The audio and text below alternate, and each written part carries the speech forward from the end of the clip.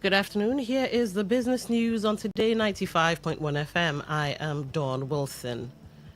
Data from the Central Bank of Nigeria indicated that the Naira exchanged at an average rate of about 1,358 Naira to the dollar at the official negotiation compared to previous trading sessions when market activity within the NFM saw the dollar quoted between 1,352 Naira and 1,365 Naira depending on transaction volumes and participating financial institutions. Financial analysts attributed the relative stability of the Naira to sustained interventions by the Central Bank of Nigeria and improved foreign exchange inflows into the official market. They, however, noted that strong demand for dollars from importers, manufacturers' school fee payments, and foreign travel continues to exert pressure on the local currency. The president of Dangote Group, Aliko Dangote, said he is targeting a $50 billion valuation for his refinery business ahead of a planned stock market listing in Nigeria later this year. A report by Bloomberg, quoting sources, noted that the company wants to sell up to a 10% stake, potentially raising around $5 billion in one of Nigeria's biggest capital market deals. A senior executive at the Dangote Group confirmed to Bloomberg that the projected valuation reflects the company's internal expectations, but declined to comment further on the timing or structure of the transaction. The planned listing comes as rising global crude oil prices and stronger domestic fuel consumption improve the refinery's commercial outlook.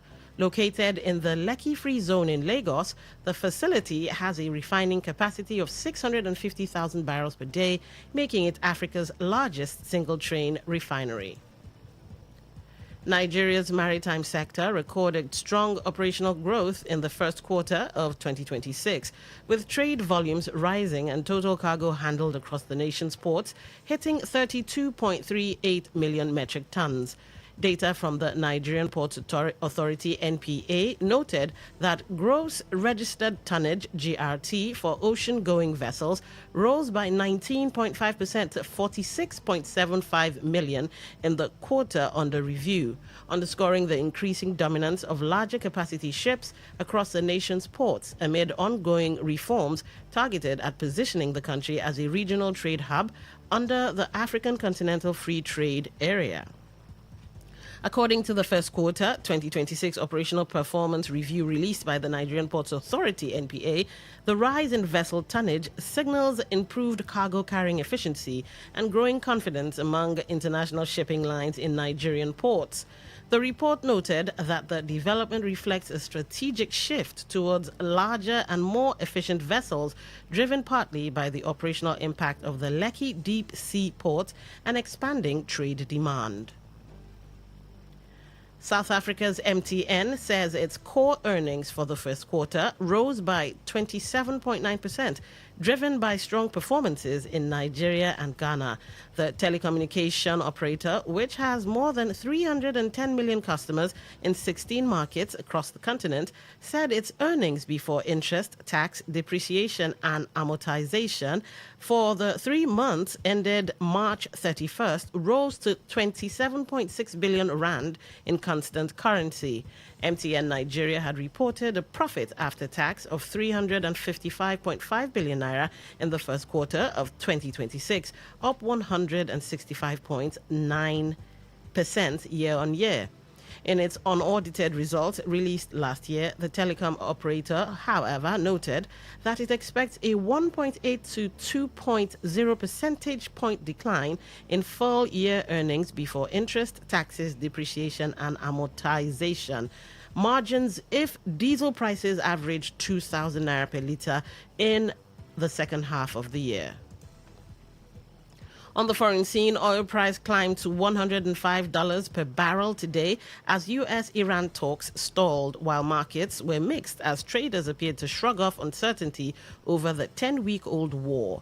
Optimism over Washington's proposal to Iran to ease the conflict collapsed when Trump told newsmen yesterday that Iran's counteroffer was garbage. Trump warned that Tehran's rejection of his administration's demands meant the already tenuous ceasefire is now unbelievably weak.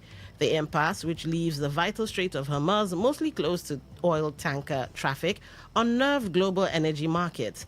The international benchmark Brent crude price jumped 1% to $105 a barrel during today's trade in Asia, while the benchmark U.S. oil contract West Texas Intermediate WTI also rose 1% to $99 a barrel.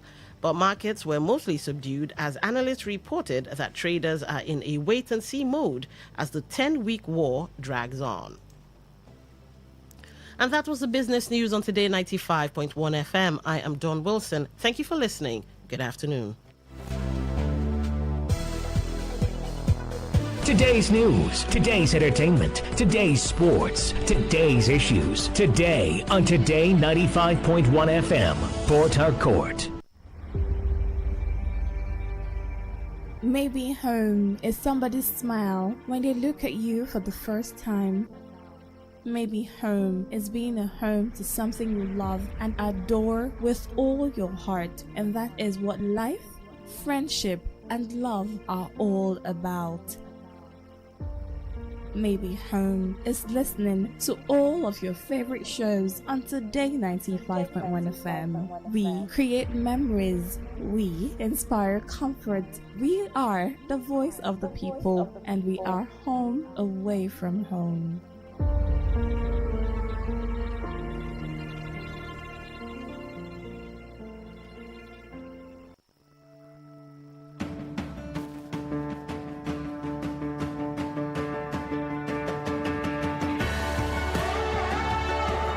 Education never ends, and we believe it starts even way earlier than most of us think.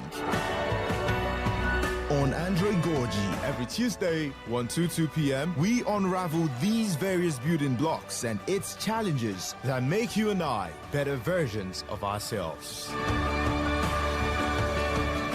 Andre Gorgie on Today 95.1 FM.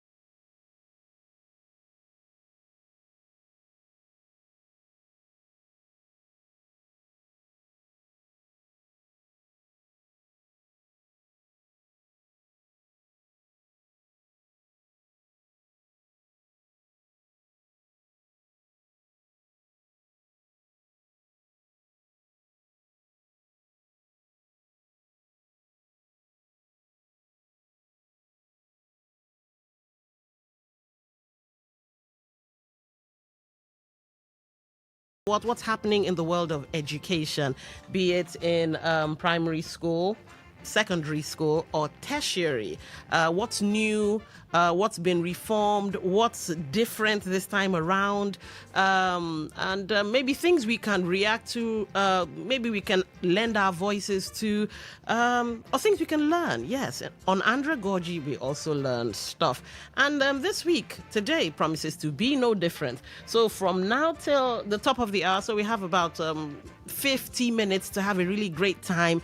Hopefully you guys will learn something, unlearn, or maybe have an eye-opening moment. I'm not alone in the studio. Funny enough, I have in the studio with me to teach us one or two things, Matilda Gogo Lambert. She's of Tilda Goes Green. Hi.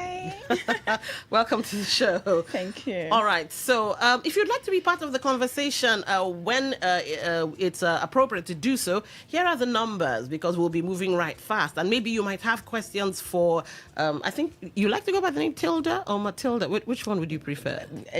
Any of them is fine. I think I kind of like Tilda. Tilda. It's unique. You know. Yeah. All right. So if you have questions for her, here are the numbers: 0810-9510-951. That's 0810-9510-951. Text messages, WhatsApp messages, and voice notes as well. 0701-9339-962. That's 0701-9339-962. Now, if you'd like to be part of the the show, visually and auditorily as well. Yes, YouTube Live. We've got you covered on that. Today951 FM. That's for YouTube. You can leave your comments there as well. I'll check. And if anything's there, we'll pass it on to Tilda. Today951 FM. Now on Facebook, we have a post running, I believe. Today95.1 FM. That's Today95.1 FM. On Instagram, Today FM 951. X is Today FM 951. Twitch, Today FM 951. So basically, Instagram, X, and Twitch are the same thing. Today FM 951. Now, to listen via the website, all right, www.todayfmlive.com. That's www.todayfmlive.com. Listen live right there in the middle of your screen. Tap it, and that's it. For those of you who prefer apps, of course, Radio Garden and radio.org.ng. Find them in the Google Play Store or the Apple Store. Today, 95.1 FM. That's the frequency, and you are in. Okay. So, I like the fact that these days, education is changing. Now, parents are beginning to understand that, you have formal education, you have informal, you have semi-formal, and, they all teach you something, so no knowledge is lost. And today we'll be stepping out of the classroom and going outside to what I believe is beginning to catch on even in Africa. Now, it's caught on. It's a movement now in saner climes. I hate that expression, but what can we say? In saner climes in countries that work. But it's slowly beginning to bleed into Africa and, dare I say, Nigeria. So today we're going to be talking about how students can turn ideas into innovation, what you can get from climate action, and how you as students can make real community impact. So, first of all, you say you have a foundation called Tilda Goes Green. Yes, I do. All right. So that would make you a climate activist or something like that? Yes. All right. So environmental advocate, actually. All right. So why the interest in the environment? Okay, first off, coming from this part of the world where we have a lot of environmental degradations, it's only wise that the younger people should be able to speak up for the environment. Okay. So what brought about Tilda Goes Green Foundation was my passion for environmental sustainability and community impact. You know, a ground or a situation where a platform where younger people, youths can speak up for the environment and will be more aware and being environmentally conscious about everything going on, and then of course being the eco leaders of tomorrow. All right, before we get into the classrooms, you said, how can you get students, or how can you get young people in general to be interested in, environmental studies or caring about the environment? Case in point, look at how River State, let's limit it to Port Harcourt. Look at the trash all around. That is an environmental situation that, we should all be lending our voices to, and also giving some kind of getting into some kind of action about. Absolutely. So how can you get the young ones to join in? First of all, I think environmental education is very important. It's important because it matters and because it affects everybody, not just the youth. Okay. I mean, every single person who is alive and is using the environment, because whether you like it or not, every day we're in touch with the environment, both the young, the old, no matter who you are, in as much as you're living and you're on earth, you must be responsible for the environment. So environmental education is very important. What is environmental education? I was very about simple. to ask you that. Yes, so it's just a way of teaching people how to protect, to manage, and to sustain the environment through awareness, knowledge, and responsible actions. Okay. In other words, is simply put, you can just say environmental education is helping people to know how to carry themselves, how to do certain things on the environment that will not affect their tomorrow and, of course, our children's children. All right, so give us some pointers when it comes to environmental education. What are the things we're doing right? What are the things we're doing wrong? And what are the things we should be doing that we don't know we should be doing? First of all, the things that we're doing right, I think it's let's start with the awareness. Okay. The awareness is growing, even though awareness is there's still a gap between awareness and action. It's one thing to know about something, and it's another thing to be responsible towards that thing. So on the part of awareness, yes, I'll say we are trying. Nigerians are trying to create more awareness about the environment, sustainability, and climate actions. Now, talking about the things that we are not doing, a whole lot of things that we are not doing. First off, a lot of people still feel their daily activities, that's tiny biscuit paper you just trash, you just litter on the street, that water, the tap, you just kept running over and over again, even when they are not in use, the lights you're not switching off in your house when you're not using them, a whole lot of things that we're not doing, dumping refuse indiscriminately, improper waste disposal, going to the street, people just behave anyhow, and then it's sad, because climate change is no longer a future discussion. It's something that we are all experiencing now. Before now, I know people used to think it has to do with the Western world. When you hear climate action, a lot of people just feel, it has to do with the government. It's government problem. It has to do with the big companies and all of that. But no, it's your everyday activities, your everyday actions that contribute to this environmental problems that we are having, the climate action, and everything that the world is experiencing now. So you said light, and I was like, I get the trash. I get cleaning your area. But when you say light, electricity, how does that affect the environment? First of all, let's use driving a car, for instance. The more you drive a car on the road, the more it emits the gases that goes up into the atmosphere. And when these gases become too much, they trap the heat. Now, when they trap the heat, it affects the temperature. And that's where we start having climate change problem. All right. Now, same thing happens when you keep your lights on for a long time. Wow. Especially when you're not using them. It becomes so hot. Do you understand? So one of the things that we should do daily is not leaving our lights on when they are not in use, because it affects almost everything that we do. All right. So is that why they're pushing low emissions when it comes to is it LED lights they call it? Yes, LED These lights. funny rechargeable lights we now have.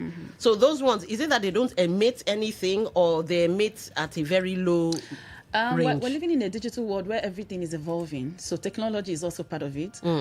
Before now, as a filmmaker, there are certain lights we used to use, and then it burns your skin, it burns the image, and then you see that the picture quality when you're seeing the film, there's this, it's not, I don't know the right word to use for it.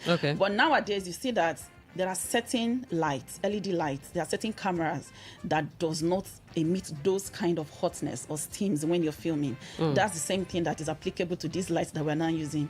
Nowadays, we don't use the normal bulbs. Most people don't use normal bulbs in their houses. There are different type of bulb you can use that is not even hot. You won't even feel the lights are on. Yeah. All right. Beautiful. More on environmental education. How is it that you have decided to take it to the schools, take it to the classrooms, rather than the adults? Is it that we're set in concrete and maybe catch the kids young to help the environment?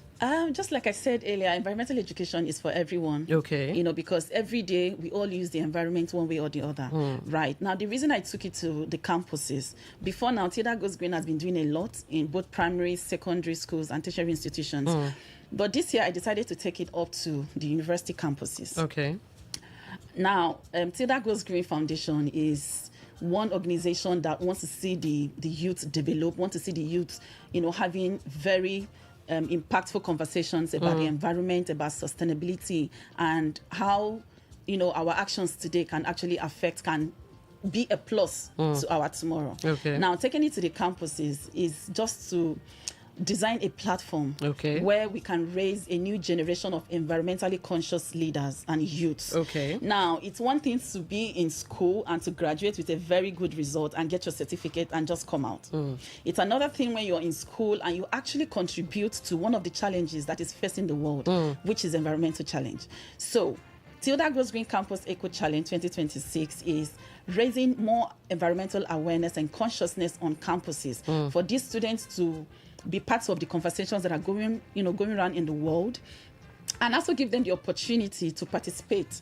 Now, what this challenge is all about is you identify an environmental problem on your campus. Okay. Now, when you identify that problem, you develop a scalable solution to that particular problem and submit it to a link. We have a panel of judges who go through this, and they will pick the best 3 from each of the schools. And the turn-up is being mad.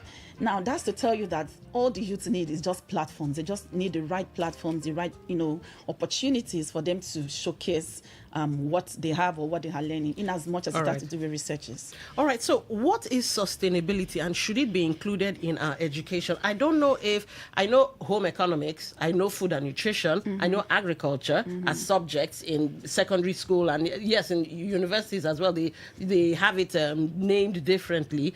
But what is sustainability, and do we have it in our universities or even in our primary schools or secondary schools? Okay, sustainability is, simply put, the best way to use resources to gain our needs for today and for the future. So natural resources, or what kind of resources are we talking about here? Natural resources, any kind of resources that comes into your hand, in as much as it's not irresponsibly used, as not to damage the environment and not to also create more chaos for our tomorrow generation. So it's you being responsible with what you have now to provide the needs for you, and then to be able to sustain the future generations. Right. Now, some of the examples of sustainability is tree planting. All right. Tree planting. Now, you see that when you plant trees, you're not planting tree for yourself alone. The tree you plant today is going to be sustained. It's going to be there for as long as it's not cut down, which is one of the things we also preach against, deforestation. You don't just go and just start cutting trees down for just no reason. It doesn't make any sense. Now, tree planting is one of examples of sustainability. Also recycling. There are a lot of things that you can recycle. And these things is not just about creating for the future generation, it's also creating wealth. It's creating income. It's making people to be busy. There are a lot of things you can actually recycle, and then it gives you money. For instance, plastic waste. There's this particular program in my NGO that we do quarterly. It's called Waste to Wealth Eco Innovation. Now, what this entails is bringing students or youth together, bringing experts in this particular field. They come with their machines and they show us how they can turn plastic bottles, plastic waste into reusable and valuable products, such as blocks. What kind of blocks? Blocks, yes. What kind of machines? More durable. What do you mean by blocks? You mean like building blocks to build houses? Blocks, yes, even for pavement. Like, use it to do a lot of things. It's even more durable than the cement blocks. Yes. And then you can also turn plastic, waste into chairs, tables, clothes, a whole lot of things. And it's making people get economic access. But I doubt this. I know that the Ministry of Education is trying to come up with different ways to make school a lot more practical, because sometimes people come out of schools from secondary and tertiary, and they don't have any what we call handwork. So I think the Ministry of Education is trying to input plumbing and some other kind of practical skills. How is it that this hasn't been added to the Nigerian school curriculum, where you can actually start making blocks, you can start making, you said furniture. Yeah, furniture. Cement, the cost of cement now is sky high. So how is it's not in our curriculum, and not enough, do you have awareness. Enough youth engagement? So first off, I think this is more reason why these kind of conversations should be a continuous thing on social media, on radio, in media houses. Right? So because the more we talk about it, the more people get to know about it. Ignorance, they say, is not what again. So the more people get to know about something, when you keep talking and keep preaching about it, people tend to like, maybe this is the important small law. Because a lot of people don't see environmental protection as anything. They just, I don't know, they just use too much nonchalancy towards environmental protection. Now, the government needs to understand that environmental education is very important. And like you rightly mentioned, bringing in plumbing, skill acquisitions, and other things to sustain the future is very important. I don't know why the Nigerian schools, have not. It's a very, very commendable project, and I think the Nigerian schools, I don't know whoever is listening right now, the government, Ministry of Education, Ministry of Environment, Ministry of Health, these are the kind of things that should be inculcated in our school curriculum. Well, you're kind of like the arrowhead now for environmental education. So maybe you could touch base with some of them and see if they might want to collaborate with you or something. Because when you said bricks, I was like, oh God, I'm building my house tomorrow. But how, for the students, we're trying to get them away from this fast money, making quick money. Drug abuse. So for the students, how lucrative is environmental education, and how lucrative would it be for them to learn these things that you're pushing currently in the university? Okay, just like I said earlier, this initiative, this program I'm doing in the universities right now, the response we have gotten so far. We just got done with the Ignatius Ajuri University of Education. Okay. And now this Friday we're having the second edition at the River State University. Okay. And trust me, the response from the youth, from students, has been amazing. Right. And sometimes when you read these works that they have submitted, you begin to imagine, so our students are being buko. So basically they're submitting proposals. No, not proposals. So it's more like a research. Okay. Which is why we said education is very important. So you will identify a problem, an environmental problem on your own campus, and give us a scalable solution to that problem you have identified. Now, when you do this, which you're definitely going to do 3 researches, you're going to read. It's not just about going to ChatGPT and downloading everything for us. Right. So when we're going through the submissions, we are very careful not to just go for people who do copy and paste. Okay. So during the time of the event, we made sure the best 3 students come on stage and defend what they have submitted. Okay. Because for you to come up to be the best 3, then it means definitely you have an idea of whatever it is that you've done, not just copying and pasting. So the response from youth has been amazing, and that's why we need more initiatives like this from the government, from NGOs, from the media houses, and well-meaning Nigerians. All right. So what skills do you think the students will gain? I hear you have a competition going on. Yeah. What skills do you think they will gain from this? I love the fact that you already have a following, you already have interested students and all. But what do they stand to gain from these kind of competitions? First off, they start to gain a lot, funny enough, because this is just my own way of giving back to the society. So I want to see them being sound when it comes to environmental education, or being conscious about their environment. Now, first off, they're going to gain too much. Number one is they're going to learn about pollution and climate action. All right. They're going to learn how to develop eco-friendly habits. They're also going to learn. It's going to encourage them to, develop sustainable living. It's also going to help in communities, like people who live in communities or places where they have environmental disasters. It will help you to prepare on how to cater or to, curb those problems when they come your way. Aside from that, there is also monetary empowerment into it. So the first position is going home with 1 million naira. Oh wow! Okay. Second position is 500, and third position is 300 consecutively. So aside from the money, the most important thing is the fact that they can stand and be proud of themselves tomorrow and said, I actually know this thing about the environment. I can speak up for the environment. I can be a role model to the younger people or younger generation looking up to me. It's not just enough to be a student. What can you do as a student? What kind of problems can you solve? So if at all there's nothing else but you can solve environmental problem, I mean, that's a big plus to Nigeria and the global world. All right. So coming back to the awareness you're trying to create, is it like a class? You go to the schools and then, the students participate in some kind of class or seminar or something? No, it's not like a class. So before we started, we had to go to the schools, have meetings with the school authority, the VCs, and everyone that is responsible for that. We have this discussion with them, and we have a partnership with them first off. Then the next time we'll come back to your school is to have the sensitization program, where we tell you what the initiative is all about, or what the competition or the challenge is all about. So we've done that in some of the schools already. So we choose a date again. We ask you about your timetable, your schedule for the year, and then we'll come back at a better date to have the grand finale, which is what we are having now. Okay. Yeah. All right, let's open the phone lines and see if anyone has questions on sustainability, innovation, environmental education. Well, we're being educated now. Like I said earlier, schooling is not just formal anymore. It's now informal, it's semi-formal. And we have Matilda trying to do her best to educate students, pupils. And some of us are learning something new. Like I just learned that from plastics, I can actually build concrete your or house. bricks. All right, so the numbers are 0810-951-0951, 0810-951-0951. For messages, all right, let's take this call and see. Andra Gorgie, welcome to the show. What's your name? Where are you calling from? Yes, good afternoon, Dawn. Good afternoon. Yeah, this and good afternoon to your guest. Yeah, this is Tony Oswald. All right, go ahead. Yes, no, I mean, this is really, really interesting discourse. All right. And it can never be a better time than now. You know, given the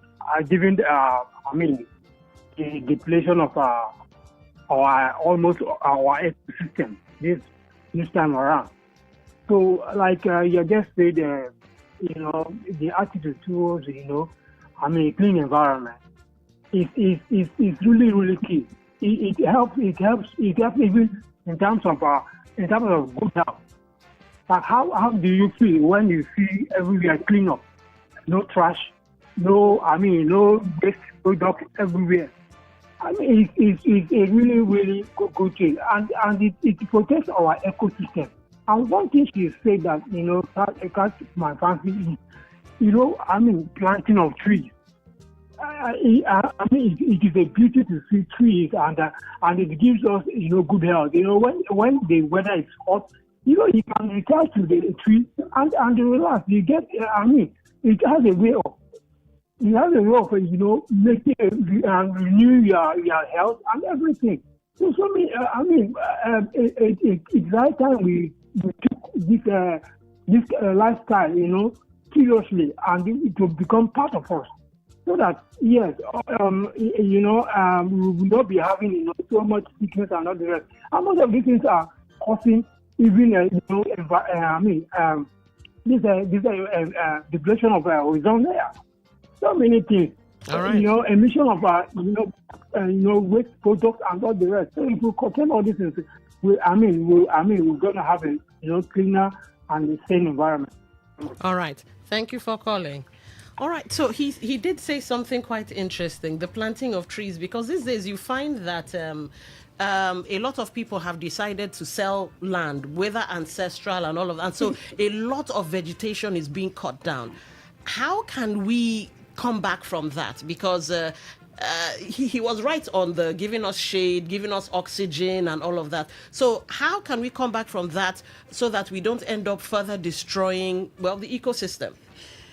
That's a very beautiful question. So this is where we need the government intervention, especially the Ministry of Urban and Strategic Planning, I think.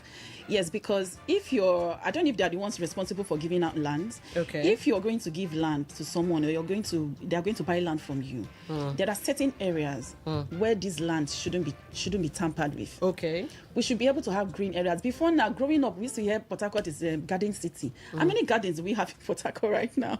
So these are some of the things that need to be put into consideration, especially from the government angle. They need to be very, very careful on the kinds of land that they give, because before you know it, God forbid, one day flood will come and everyone in the town will be off because of deforestation. All right. So let's go back to waste to wealth, because that's an expression or a term that everybody has started throwing around. And when you look at, I think an Ethiopian student that came into Nigeria to learn one or two things said he came in from the airport side and was like, wow, look at all of this trash, which was an eyesore, and he described it as a good thing in a bad place. Absolutely. And I'm pretty sure that these young ones that we're trying to educate, as well as ourselves now, might look at trash and say, why would I put my hand inside there? So can you talk to, the young ones, why waste wealth is important for young people? Waste to wealth is very important, not just for young people alone, even for the economy, for the country, that, whatever they are trying to improve on waste to wealth. Because first off, you want to ask, what is waste to wealth? What is waste to wealth? Waste to wealth is simply the process of, converting waste products into valuable product or something that will be more useful. For instance, we talked about recycling now. We're talking about plastic waste that can be recycled into different things. We also have when you talk about waste, they have biodegradable waste and non-recyclable waste. So if the government can help us to improve waste disposal systems. I don't know if Ruama is already doing that, but if they are not, in River State, for instance, they should be able to improve on that angle, because when there is, you cannot stop waste generation. A lot of people will keep throwing waste, we keep trashing it. Even the ones that are listening to us right now, when they get back to their homes, they will go and fling on biscuit paper, in front of their houses, which is not supposed to be. Now, if the government will help us to create and enhance environmental policies that will help the environment, it will go a long way. And then, of course, if it's possible, they can even met out laws. If you do this and you're caught, you do this. It's an eyesore when you're going to a place like Ajuru. All the times I'd gone to that school. From the beginning of, I don't know what they call that bridge, from the beginning of that bridge that takes you all the way down to the school. That's Aba Road. I think Aba Road. No, it's not Aba Road. What's the name of that area? Where's Ajuru? Is it not St. John's? Okay. You're talking the other side. Because I know there's another. From the beginning of that road to the end, before you divert or you turn to the school, are dumps of refuse, of waste, because there is a market there. So I don't know if these ones, if they never talk to them about how to dump their waste, or there are disposable bags. Let these people give it to them for free, or even make it cheaper, so people don't say, oh, we never see money to buy food, now to go buy dustbin waterproof. Give it to market women. There should be a leader, there should be somebody somewhere, that will talk to them from time to time. It could be like every first Saturday of the month. It could be at least one Saturday or one day of the week. They can, educate these people, because trust me, most of them don't even, like I said, a lot of people don't take environmental protection as anything. As you go, make we just do our thing, you go, nobody get anybody time. But if there are people put in positions to educate these people from time to time, trust me, they will learn, because some of them have never heard about it. Some of them don't even know it's a law to just, dispose their waste improperly and all of that. Now, if government can do this for us, it will help us. Not just in Port Harcourt, but even in Nigeria, because everywhere is I don't want to say it's smelling.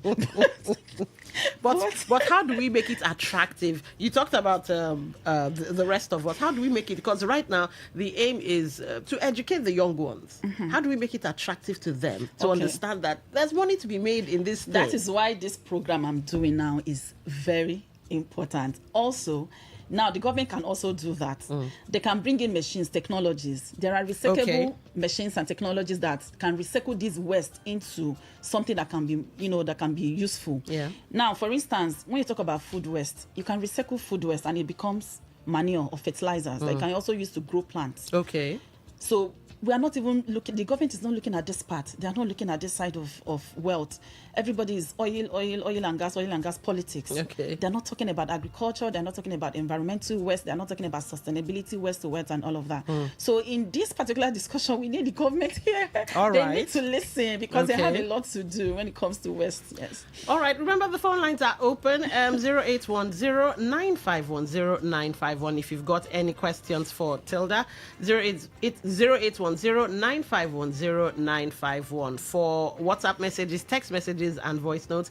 0701-933-9962. That's 0701-933-9962. All right, we recently had there was something in the news. Let me see if I can quickly call that up. The Ministry of Education, just hold on a second, let's see if I can find that real quick. Because I know environmental education also ties into science. So it says the River State Ministry of Education has distributed science materials to secondary schools across the state as part of efforts to strengthen science education. The Commissioner for Education, Associate Professor Peter Zwago, said the initiative aligns with the vision of Governor Similaye Fubara to boost science education for national development. So obviously they see science as something that can push push Nigeria. So how can we get students who participate in this climate action? How can we get students to participate in it without them being scientists? Because some might say, oh, I have to mix this chemical and that chemical. I have to do this. And so how do we get them? No, you don't have to be a science student before you can recycle waste, or before you can learn about environmental education or sustainability. Like I said earlier, now when you go to campuses, the first time I went to one of the campuses, immediately I entered the campus, I started seeing waste everywhere. I started seeing wealth everywhere. I started seeing money everywhere. But these things cannot be done by an individual alone. And that's why we need government to be part of it. Now, talking about the youth, you need to start from somewhere. First off, you need to have what's it called? You need to have the basic education about what this West wealth is, how you can get involved, and how it can actually generate revenue for you. Now, how do you start? First off, you have to start from learning what the environment is, what environmental education is, and what West wealth is, and how you can actually start or begin. I want to use, for example, my TGG International Ambassador. His name is Sam. Samuel uses everything that comes his way to make clothes, to do different things. What do you mean? What do you mean? What kind of material are we talking about here? Biscuits, periwinkle shell, oyster shell, like literally everything that you consider to make fabric, to work fabrics, to put on fabrics like design, like to design their fabrics, or to use as wall decorators, like different kind of things.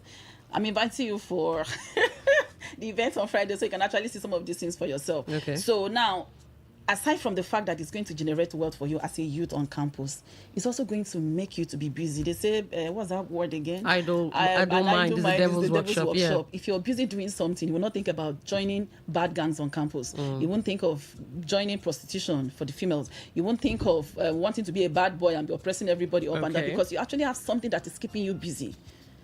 Plastic pollution, plastic bottles are everywhere. It won't take you anything to pay these small children to help you pick these things. And then there are people who are buying it. But can it only be plastic? Because sometimes I look at the even leaves that falls from the trees. Okay. Yes, those are still environmental waste that can be used or recycled for something else. But how expensive is it? Expensive to get the machine? Is it expensive the procedure to making this or recycling these things into other goods? Is it expensive? Yes, it's expensive, because I think I've actually tried. I've tried getting a land and then to get those machines. Okay. Because this is what I preach. They will always say you have to be the example of what you preach. So I tried going into that. And first of all, getting a land. Where are you going to get this land? For you to get a land where they can come and, dump their waste, then it doesn't have to be around where people live. Okay. Now, if you have to get it outside, maybe at an outskirts area of the town, how safe is it?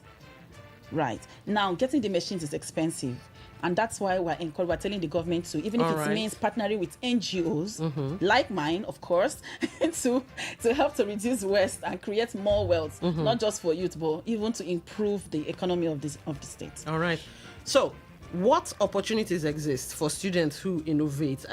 Can the students you're currently teaching and all of that, can they become like the next Bill Gates or something? Because at the end of the day, especially this Gen Z, this generation, they're looking to blow in some form. Can they blow from this?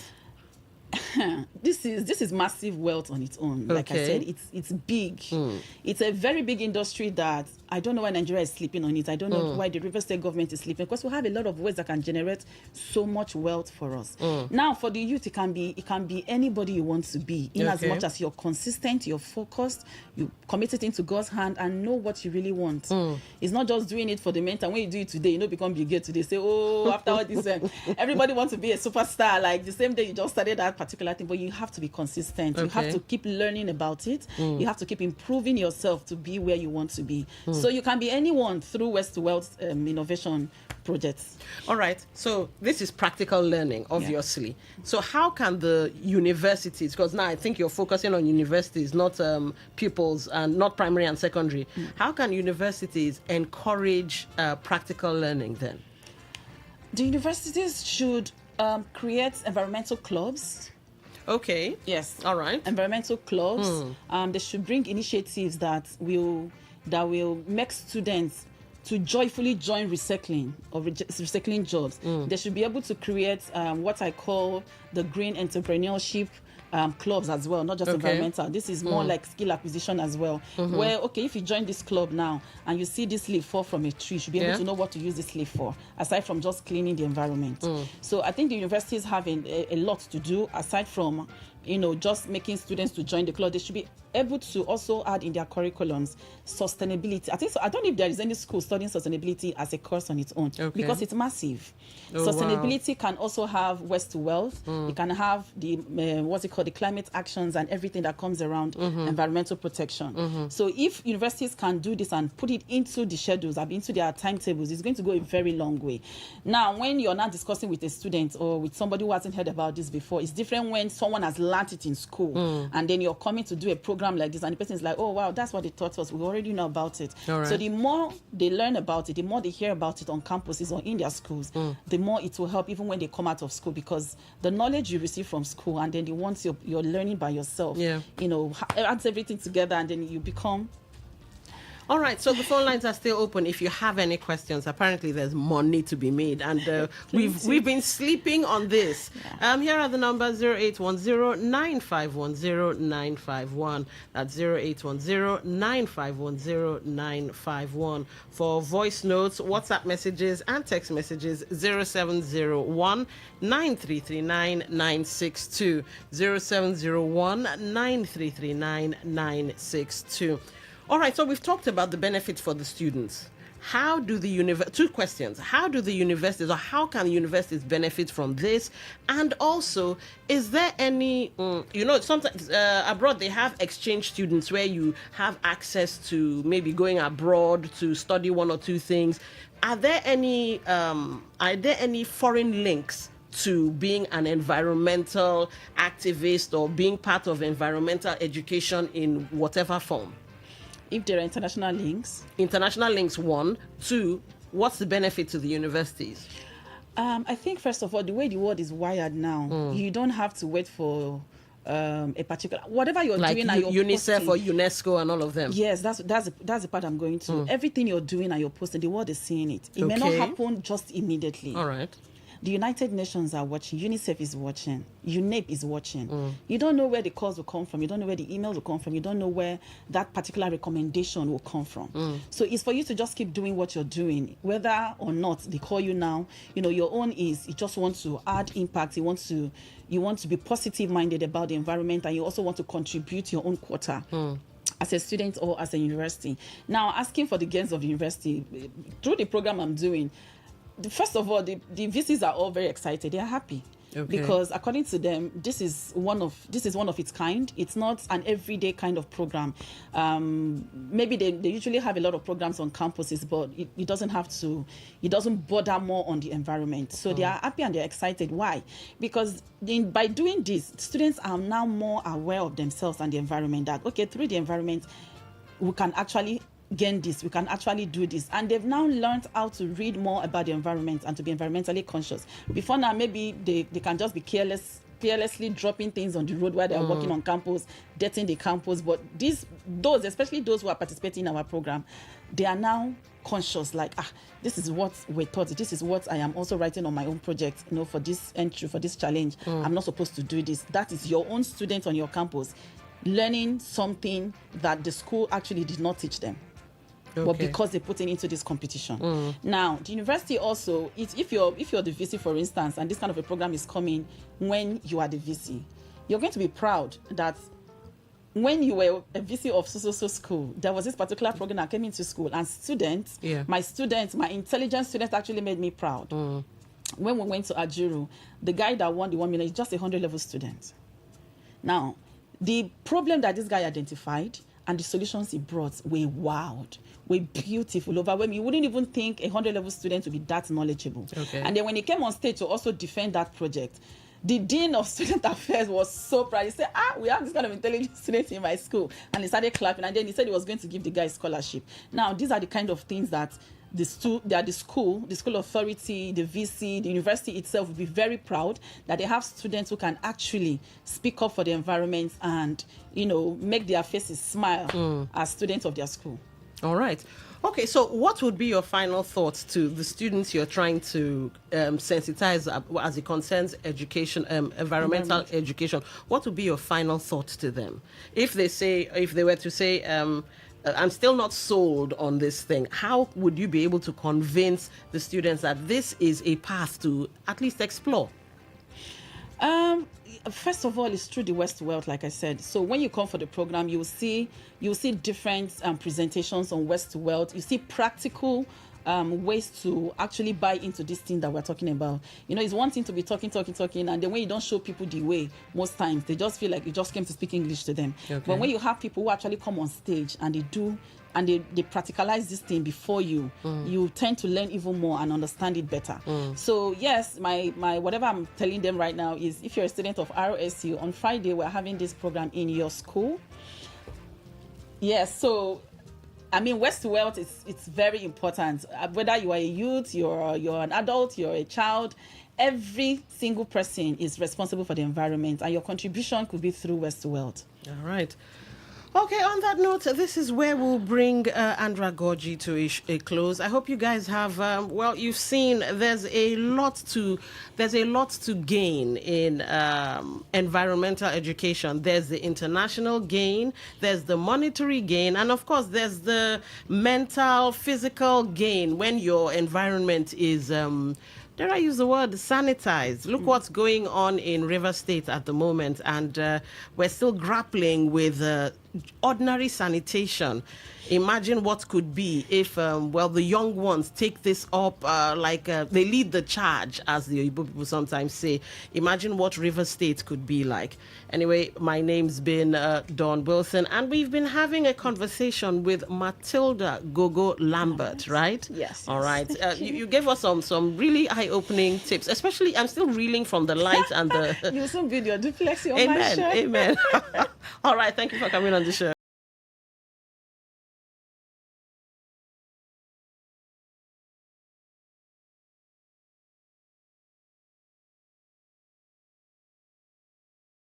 Talk radio. I listen to a lot of talk radio. 95.1 FM.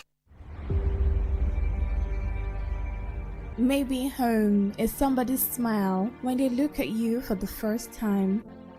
Maybe home is being a home to something you love and adore with all your heart, and that is what life, friendship, and love are all about. Maybe home is listening to all of your favorite shows on Today 95.1 FM. We create memories. We inspire comfort. We are the voice of the people, and we are home away from home.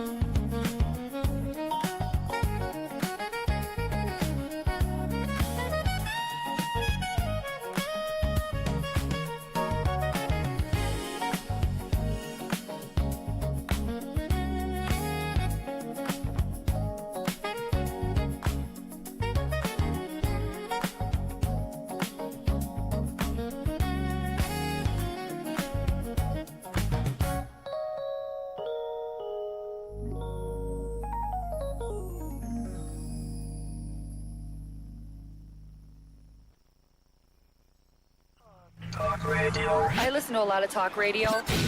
95.1 FM. Whether it's happening in Port Harcourt, South, Nigeria, or around the world, we've got you covered. On air, online, delivering balanced news and unbiased analysis. Today, 95.1 FM.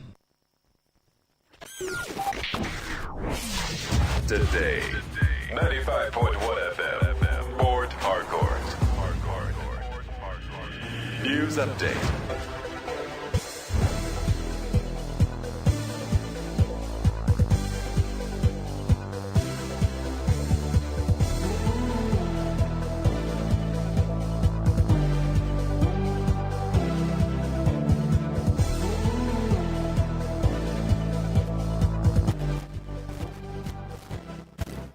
Good afternoon. Here is the news update on Today 95.1 FM. I am Dawn Wilson. The Borno state government has allayed the fears that many repentant terrorists reintegrated into society after the rehabilitation and de-radicalization program will go back into terrorism. The state government noted that a key part of the program is swearing by the Quran, a strategy considered strong enough to prevent them from taking up arms again. The State Commissioner of Women Affairs and Social Development, Zuwaira Gambo, stated this during a television program, saying that taking an oath with the Holy Book without adhering to it has implications. The Commissioner, however, highlighted that key challenges, including finance, have been affecting the smooth running of the program.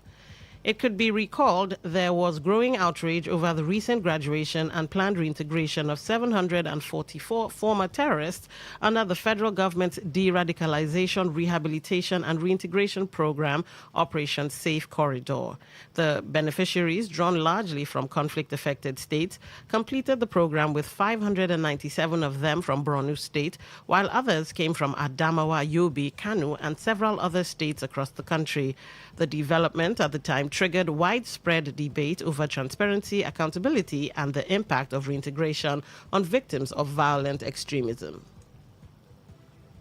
A senator representing Adamawa South Zone in the National Assembly, Binos Yaro, has ruled out defecting to the ruling All Progressives Congress APC, saying the party has failed to address the needs of his constituents. The senator, who previously left the People's Democratic Party, PDP, before joining the African Democratic Congress, ADC, said it would amount to betraying public trust to align with the APC, given what he described as continued federal neglect of the region. Speaking while declaring his intention to seek re-election under the ADC, Yaro said he had no justification to campaign for the APC-led administration of President Bola Tinubu, especially after the failure of his proposed Federal University of Education Newman bill to receive presidential assent. He explained that despite years of legislative effort, the rejection of the bill was a major setback for both him and his constituents. The United States has identified Nigeria and the Lake Chad Basin as critical areas in its 2026 counter-terrorism strategy, warning that extremist groups operating across Africa continue to pose a growing threat to global security. In the strategy document, Washington said parts of West Africa, the Sahel, Mozambique, Sudan, and Somalia have experienced a resurgence of terrorist activity following the collapse of ISIS strongholds in Iraq and Syria, with remnants of ISIS and Al-Qaeda-linked groups relocating to weaker security environments in Africa and Central Asia. The document stated that the U.S. priority would be to prevent extremist organizations from establishing operational bases capable of targeting American interests, while continuing cooperation with African governments through intelligence sharing and counterterrorism support. It noted that Washington would maintain a reduced military footprint on the continent, shifting greater responsibility to regional partners for counter-terrorism operations, training, and intelligence coordination. The strategy also highlighted concerns about the protection of Christian communities targeted by extremist violence and referenced recent U.S. actions in Nigeria under President Donald Trump, stating that attacks on civilians would not be tolerated. The Israeli military has sentenced 2 soldiers to short prison terms after one of them was photographed placing a cigarette in the mouth of a statue of the Virgin Mary in southern Lebanon. According to a statement, the incident occurred several weeks ago and was investigated by field commanders after the image circulated widely online. The military said the soldier seen in the photograph was sentenced to 21 days in military prison, while the soldier who recorded the incident received 14 days of detention. A military spokesperson, Lieutenant Colonel Arela Mazor, described the conduct as a serious violation of expected military values, stressing that the army treats respect for religious symbols and sites with utmost importance. The case adds to previous controversies involving Israeli troops and religious imagery in southern Lebanon. And that was the news update on Today 95.1 FM. I am Dawn Wilson. Good afternoon and thank you for listening. Today's news, today's entertainment, today's sports, today's issues. Today on Today 95.1 FM, Port Harcourt. Maybe home is somebody's smile when they look at you for the first time. Maybe home is being a home to something you love and adore with all your heart. And that is what life, friendship, and love are all about. Maybe home is listening to all of your favorite shows on Today 95.1 FM. We create memories. We inspire comfort. We are the voice of the people, and we are home away from home.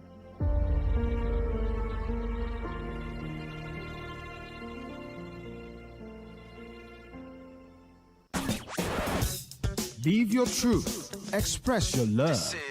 Share your enthusiasm. Take actions towards your dreams. Talk your talk.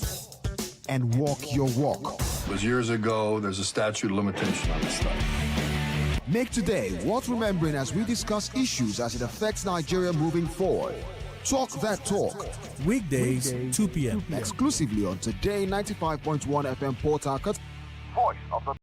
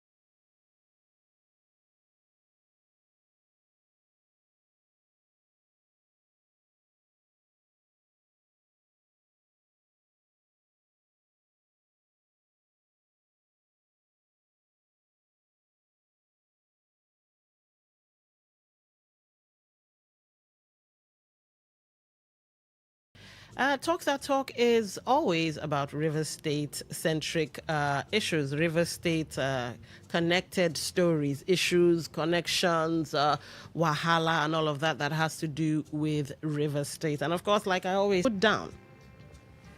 So bear with me. I would like to take you on this journey of my thinking.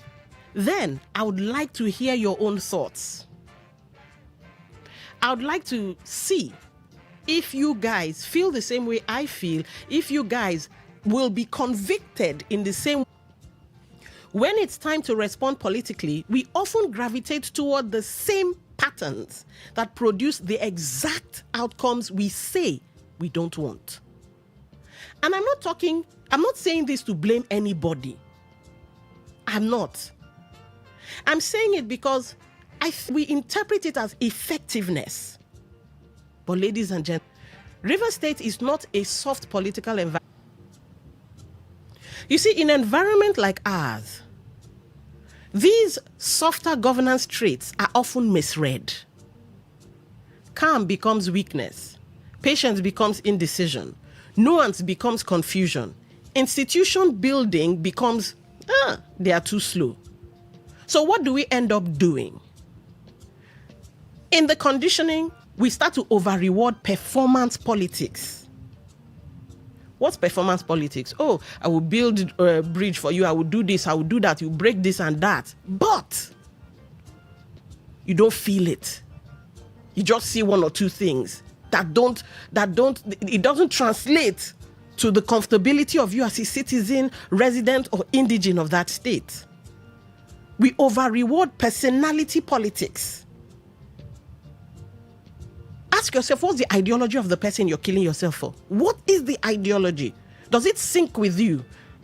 Like I say, okay, he's a Christian, and as Christians, we believe in pro-life, we believe in love thy neighbor. Does it sync? It doesn't. We over-reward the loudest energy in the room. And slowly, without even noticing, we begin to train ourselves politically. We begin to expect drama as proof of leadership. We begin to distrust quiet competence. We begin to feel more comfortable with familiar dysfunction than unfamiliar order. And I want to be careful how I say this, but let me just say it. Sometimes societies can become emotionally adjusted to dysfunction. Not because they want it, but because it's normal. How we've become desensitized to, one chance happened one place. Okay, we just move on. It's a story for the regular story. Oh, banditry, wanting. All right. We just, And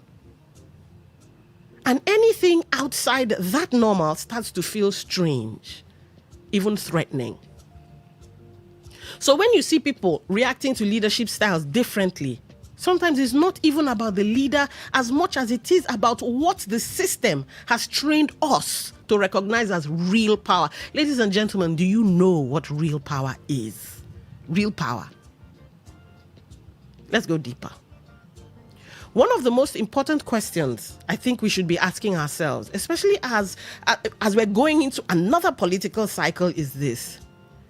Are we actually evaluating leaders based on governance capacity or emotional familiarity? You see, yesterday, emotions ran so high. Similarly, he's a Rivers man. Some along the lines of ethnicity, some along the lines of political affiliation. Sentiments ran so high. And maybe because, that's what feels familiar. Emotional familiarity. Familiarity is powerful. Familiarity feels safe.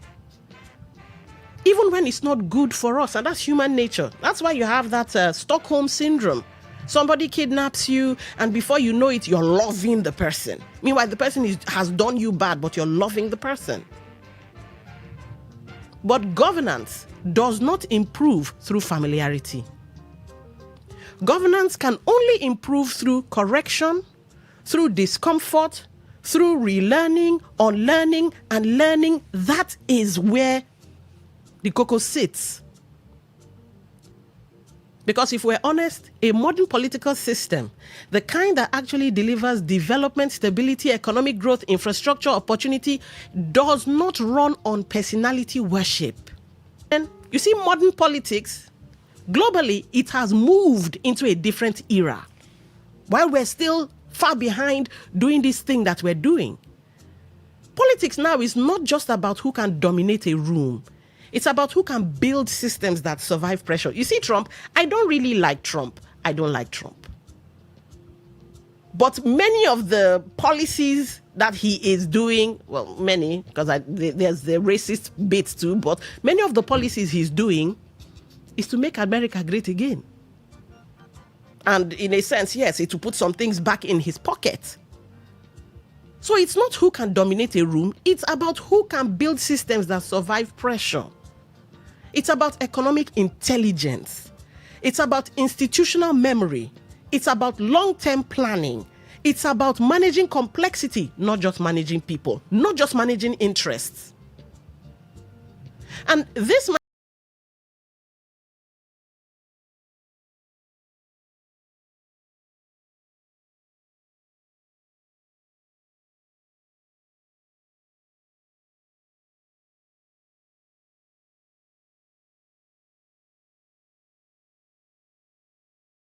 in cycles of personality-driven politics. Where everything depends on who is in charge. Because there is a difference, like I said earlier. There is a difference.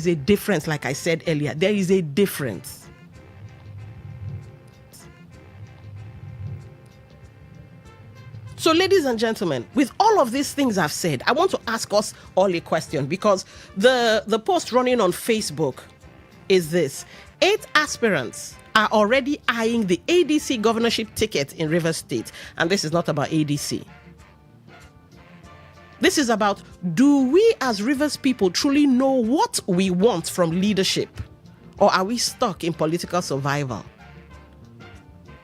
Is the problem not just who is leading us, but what we have been trained to see good leadership as? Ladies and gentlemen, what does how will I put this now? What does the right candidate look like? And I'm not talking about his physical attributes or her physical attributes.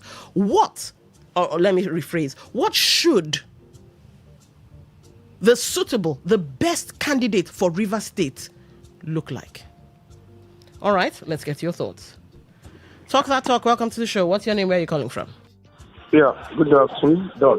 Good afternoon. This is Honorable Chris Okrish. Welcome to the show. I'm calling from Port Harcourt. All right. Yeah.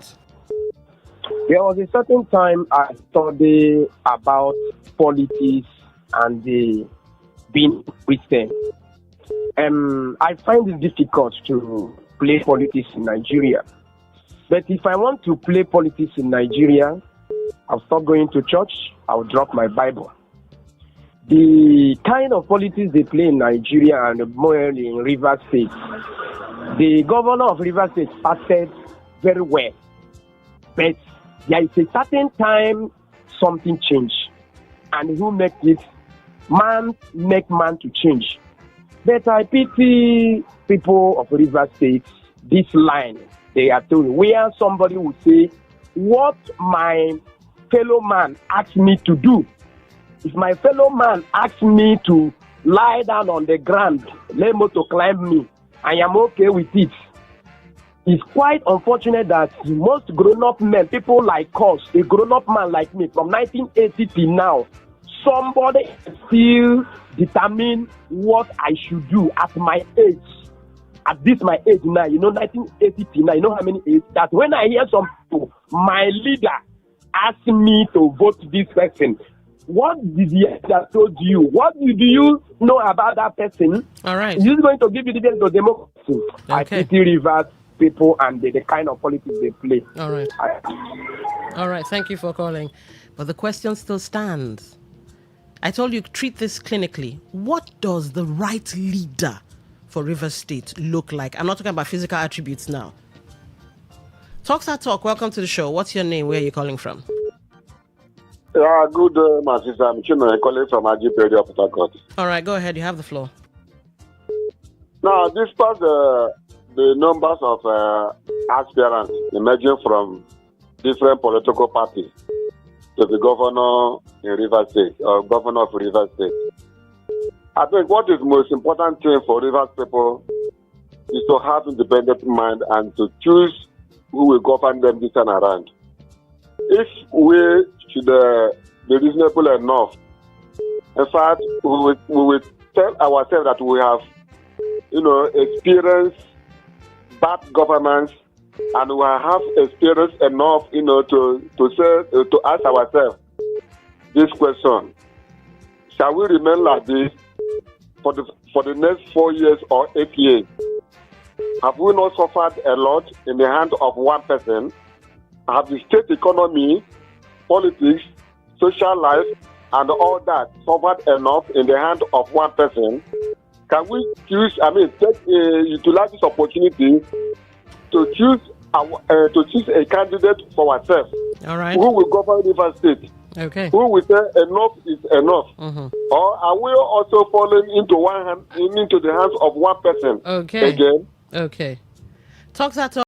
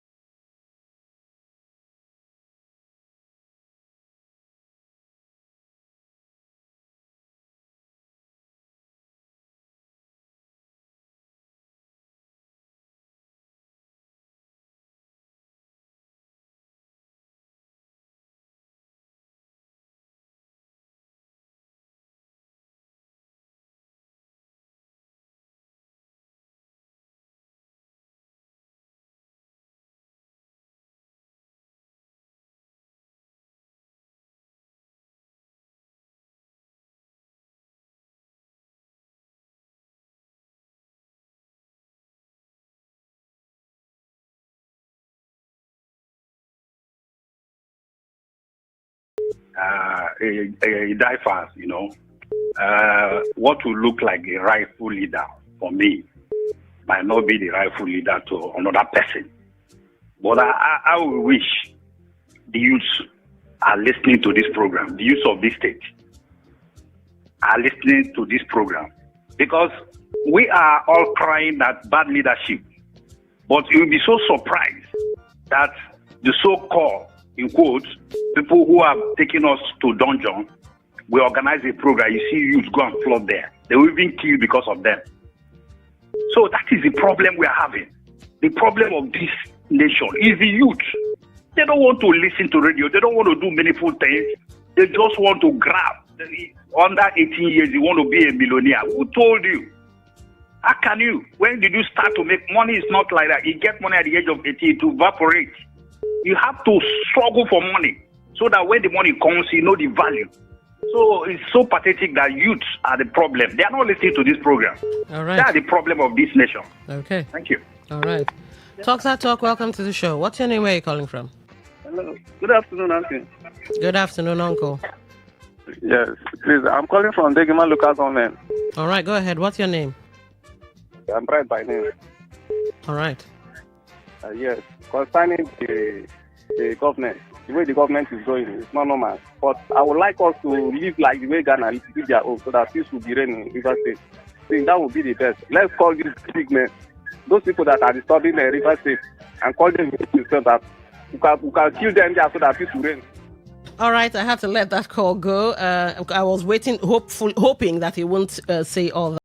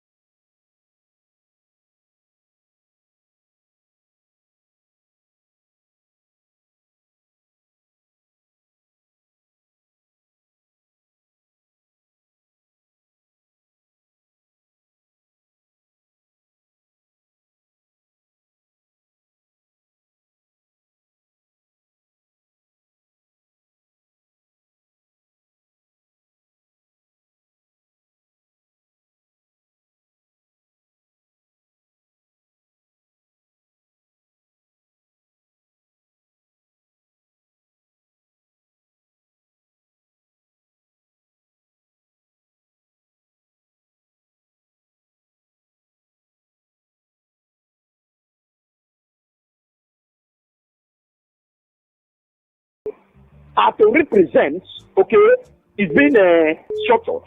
All right. Are you aware? As a leader, that you want to be a governor of Rivers State or represent your constituency, do you believe? Because then, it is either you believe in the system or you cannot claim to love your people. All right. Do you believe in one Nigeria? Okay. Are you getting the point now? Okay, do you but I believe have in one to Nigeria? All right. Okay. Do you believe in one Nigeria? That's okay. Talk that talk. Welcome to the show.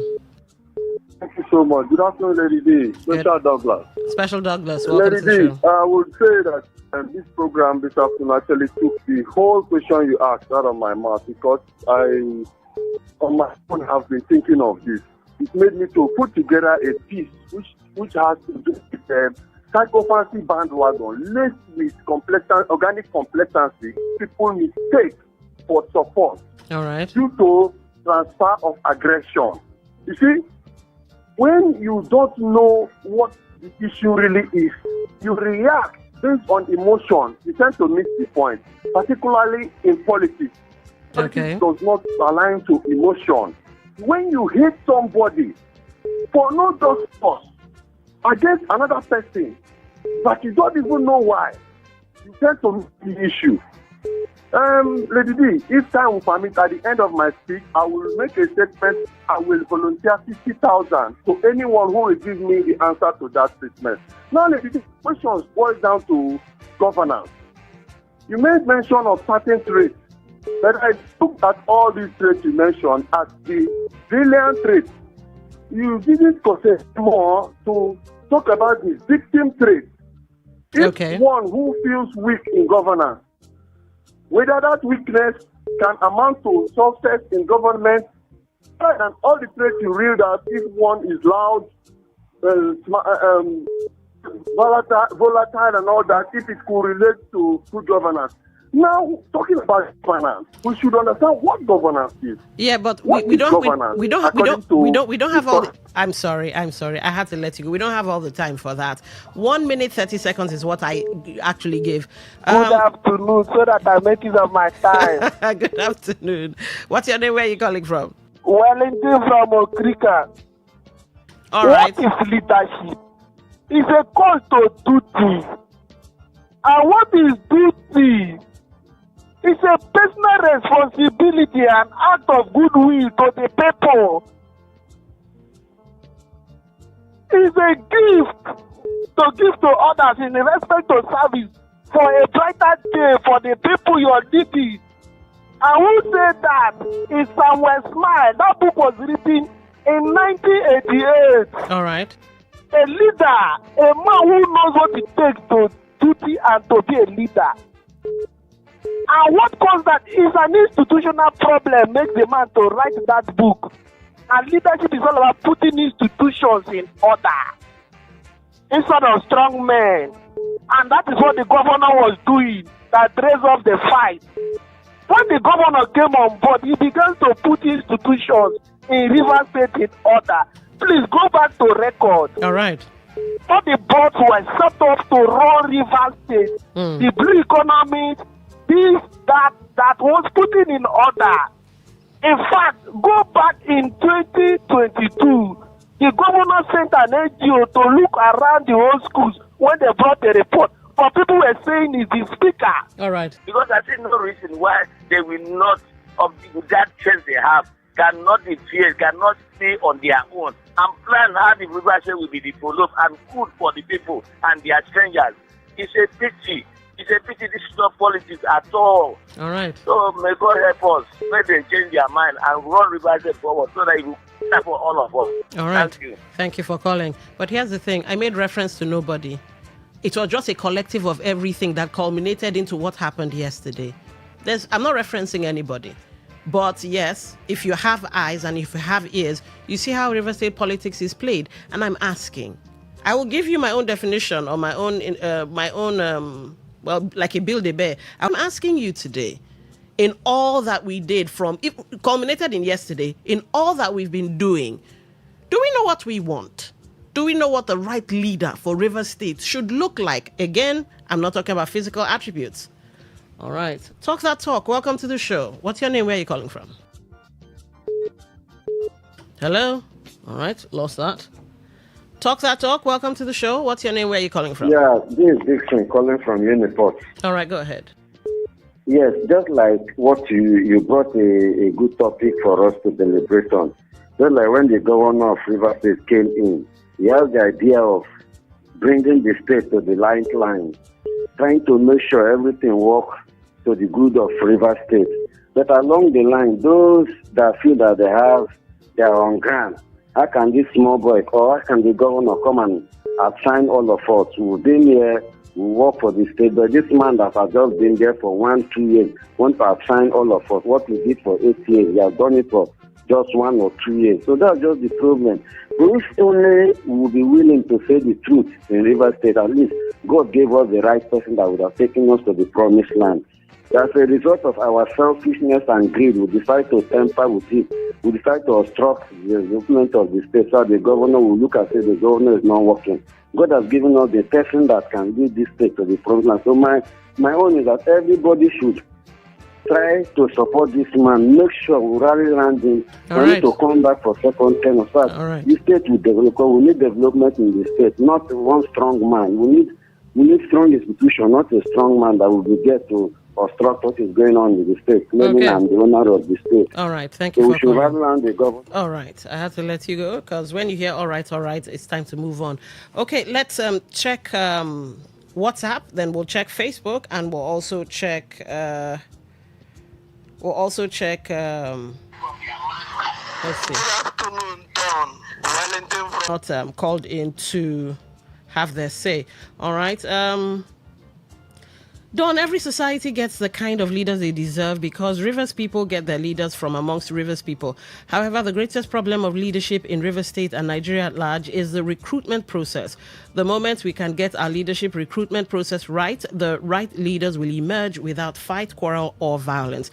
That's from Ibi Fubara from Rumosi. All right, thank you for that. Dawn, greetings. I told you yesterday that what is happening in River State is abracadabra. The more you look, the less you see. The one man that is in charge of controlling the political circle is in the state is emulating from Mr. President, but he is emulating wrongly.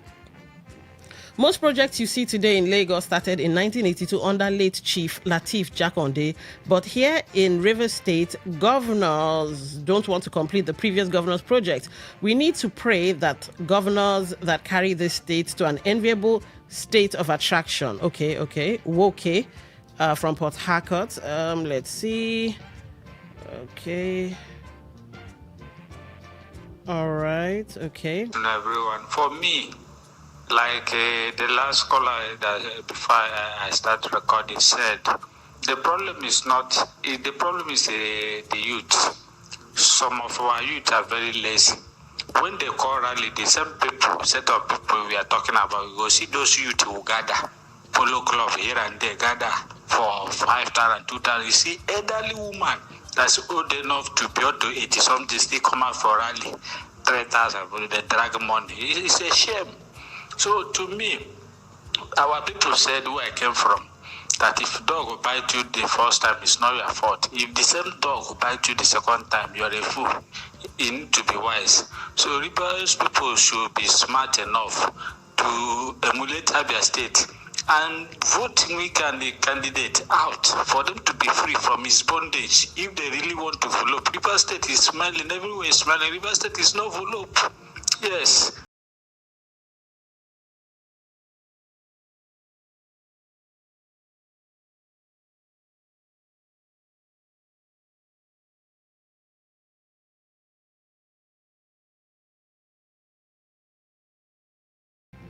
I think we have one. Okay, it's loading. One voice note. Good afternoon, Don. Who is a leader? A leader is somebody who is called to do the. Wellington from Okrika quickly. A leader is somebody. Wellington, come on. Allow other people. You call and then next thing you fly to WhatsApp. All right, I'll take your message if I have time, but let's give the line to others who have not had their say. Flat Earth, you say what is needed in River State is the development of the state. It is not complicated, but sentiments and praise singing will not allow people to think straight. They go about singing praises, telling lies when they know the person they're supporting has done nothing. Stop worshipping public office holders. If you can't do the job, leave. That's from Flat Earth. All right. Good day, moderator. You have said it all. We are a reflection of ourselves that produced our government at all levels. And when they come on board and knowing who we are, they go to extreme in doing the unthinkable. That's from Mr. Dennis. We lost it when desperate politicians hijacked the people's power and made the state money and resources their personal effects, leaving the people with nothing but the hope of getting palliatives. Until power is taken back, the honorables will never lead us to the promised land, but they love their positions more than actions that have positive impact. That's Chimene Ohaka. All right. Sister Dawn, River State has enjoyed peaceful transition and fair governance before 11 years ago. From then till today, power-drunk politicians have taken over. This winner-takes-it-all attitude may not abate until those henchmen finish stealing our common resources and leave the scene. That's from Ima Anayo. All right, thank you for that. Let's get into Facebook. Ajuru Uche, I think you mean none of the aspirants that have not been in office before now. All right. We are standing on the mandate. We have structure. Okay. That's from Friday Udom. Henry Uzo, Didon, when it's election season, politicians remember there's the people and put the ordinary people where they don't belong in very high esteem. ADC political party is not known to Rivers people. ADC political party will take the day in Rivers State. APC rather, political party will take the day in Rivers State. Henry Uzo. Well, Henry, this wasn't about any political party at all. That was just what I used to leap into the conversation. Politics, this is Chile Edwin. Politics of stomach infrastructure with no direction. All right. Stanley Ozuronye says, to average Rivers youth, good governance is all about sharing money. Just give them rice and some cash. They can slap and insult their parents on your order. Mike Saunders, point blank, this is our situation in River State. Nothing more, nothing less. Belema Fibika, them try. Belema Fibika again. Rivers people knows best, but the ugly politicians seem to be greedy as... All right. Only God will change the situation of Rivers politics. All right. Let's quickly get into X and see what's what, and then we'll wrap up the show. Just give it a second. I'm trying to get X to open to make sure that everybody's voice is heard. And then let's see. Just a second. Okay. Hold on. All right. Let the X page open, and then let's see if we have any takers in there. All right, no takers there.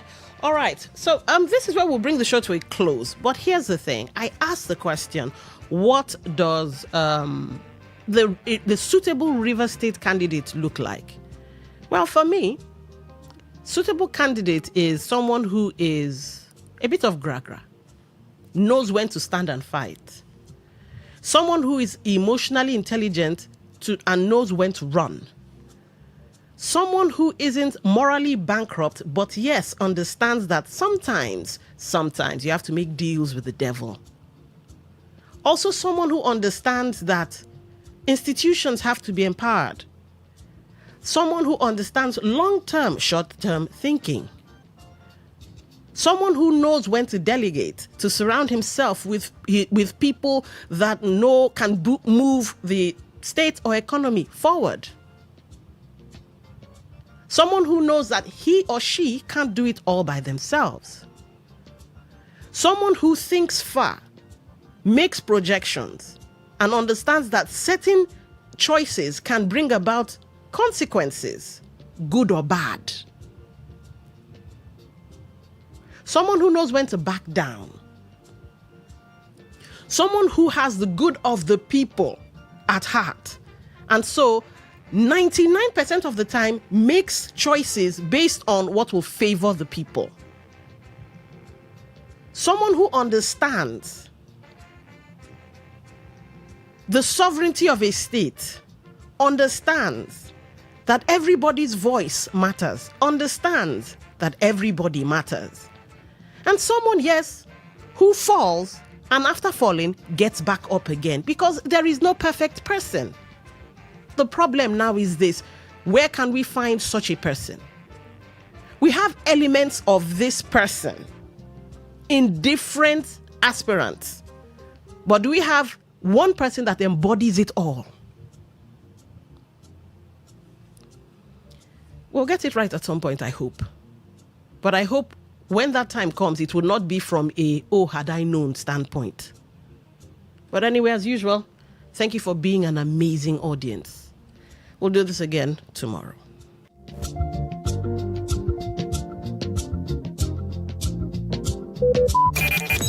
Talk radio. I listen to a lot of talk radio.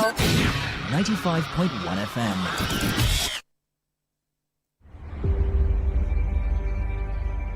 Maybe home is somebody's smile when they look at you for the first time. Maybe home is being a home to something you love and adore with all your heart, and that is what life, friendship, and love are all about. Maybe home is listening to all of your favorite shows on Today 95.1 FM. We create memories. We inspire comfort. We are the voice of the people, and we are home away from home.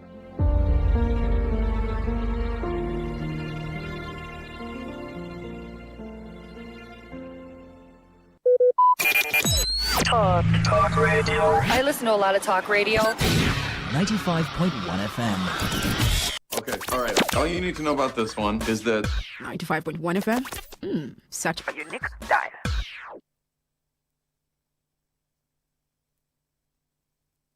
Today 95.1 FM. Where news meets insight, sports meets passion, and entertainment meets excellence.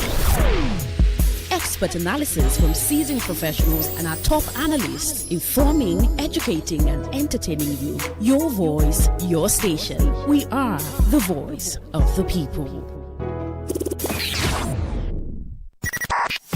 95.1 FM, voice of the people. And we're back.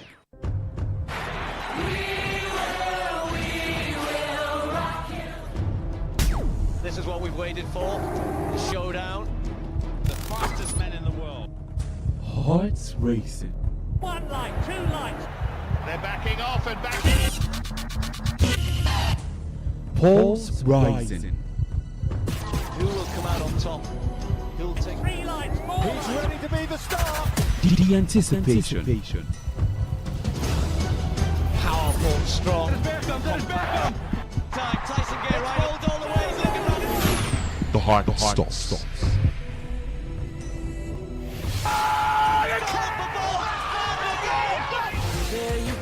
Catch the sports gang on Sports Attack, Mondays through Fridays, 6:30 a.m. and Today Sport Live, 3 to 4 p.m. and also on the weekends, 1 to 6 p.m. Only on your premium sports radio. Today, 95.1 FM. My name is Gianni Infantino, FIFA president. For the best of sports, always listen to Today Sports Live on Today 95.1 FM, Port Harcourt. Hello, my name is Kanu Wanko, aka Papilo. For the latest and trending sports stories, always listen to Today Sports Live on Today 95.1 FM, Port Harcourt. So there's a reason why the MPFL is regarded as the best and the most competitive league in the world, because after match day 37 in the MPFL, a winner is still not decided.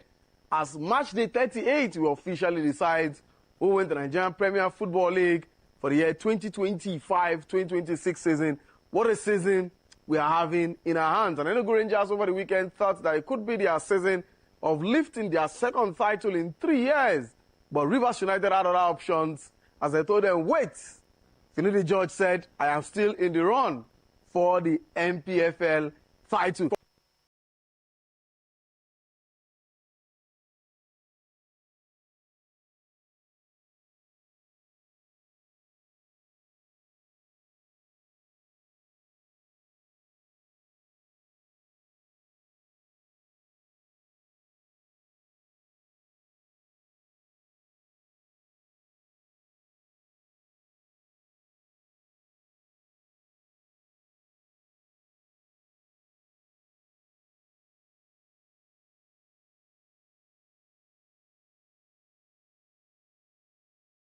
All right, so welcome once more to another exciting edition of today's Sports Life. Is the Tuesday's edition of the show, and you can call it the Niger Special Edition of the show. That time where we get to talk everything that has to do with the Nigerian side of things when it's talking football.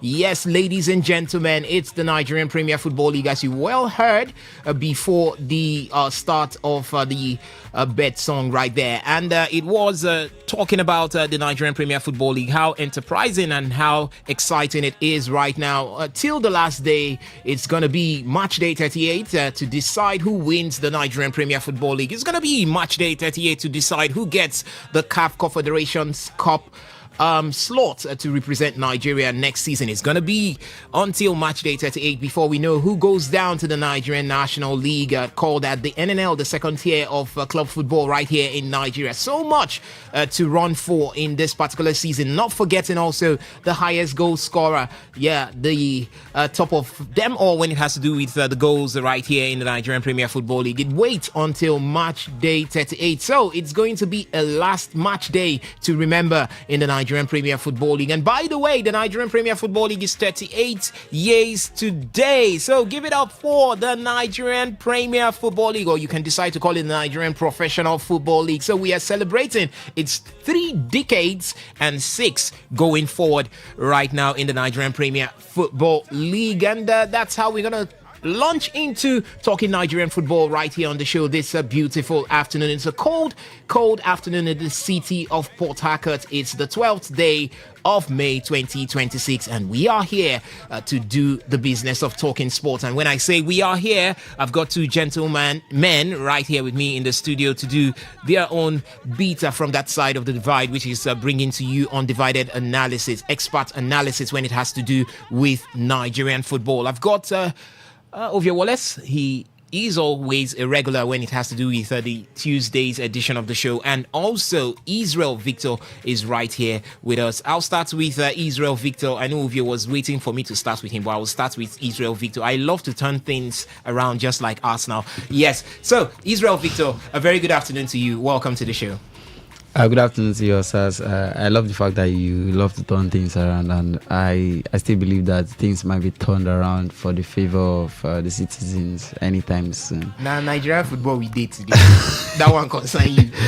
It's always good to be here, and just as you said, it's a very cold afternoon here in the city of Port Harcourt.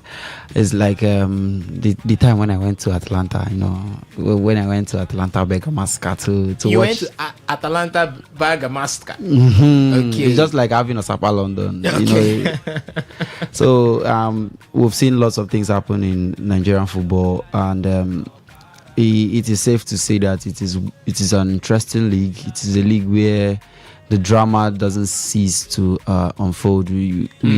There was a time when we all saw the clear favorites being Rivers United winning the league, but even with the outstanding games and all that, they still managed to bottle the league. And now, are you serious at Rivers United bottling the league right now? Because I think they've got the upper hand.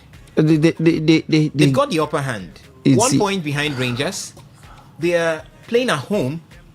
Match day 38 against Katsina United. Rangers is going away from home against Ikorodu City. On paper they have the advantage, but we know what football is. When you have been the team being chased and you lose the balance and you start to chase, we know that yes, you've lost the advantage you had. Right. At this point now, they are hoping for, let's say, a lock, or should I say, they are hoping for a favor from Ikorodu City to get the job done, because we know for Enugu Rangers to chase to this period, they have what it takes. Just as they have what it takes to go over to Ikorodu City and get the win. And they are no newcomers when it comes to winning the league. They have the league in the past 3 seasons. They've won the league before, so they understand what it means.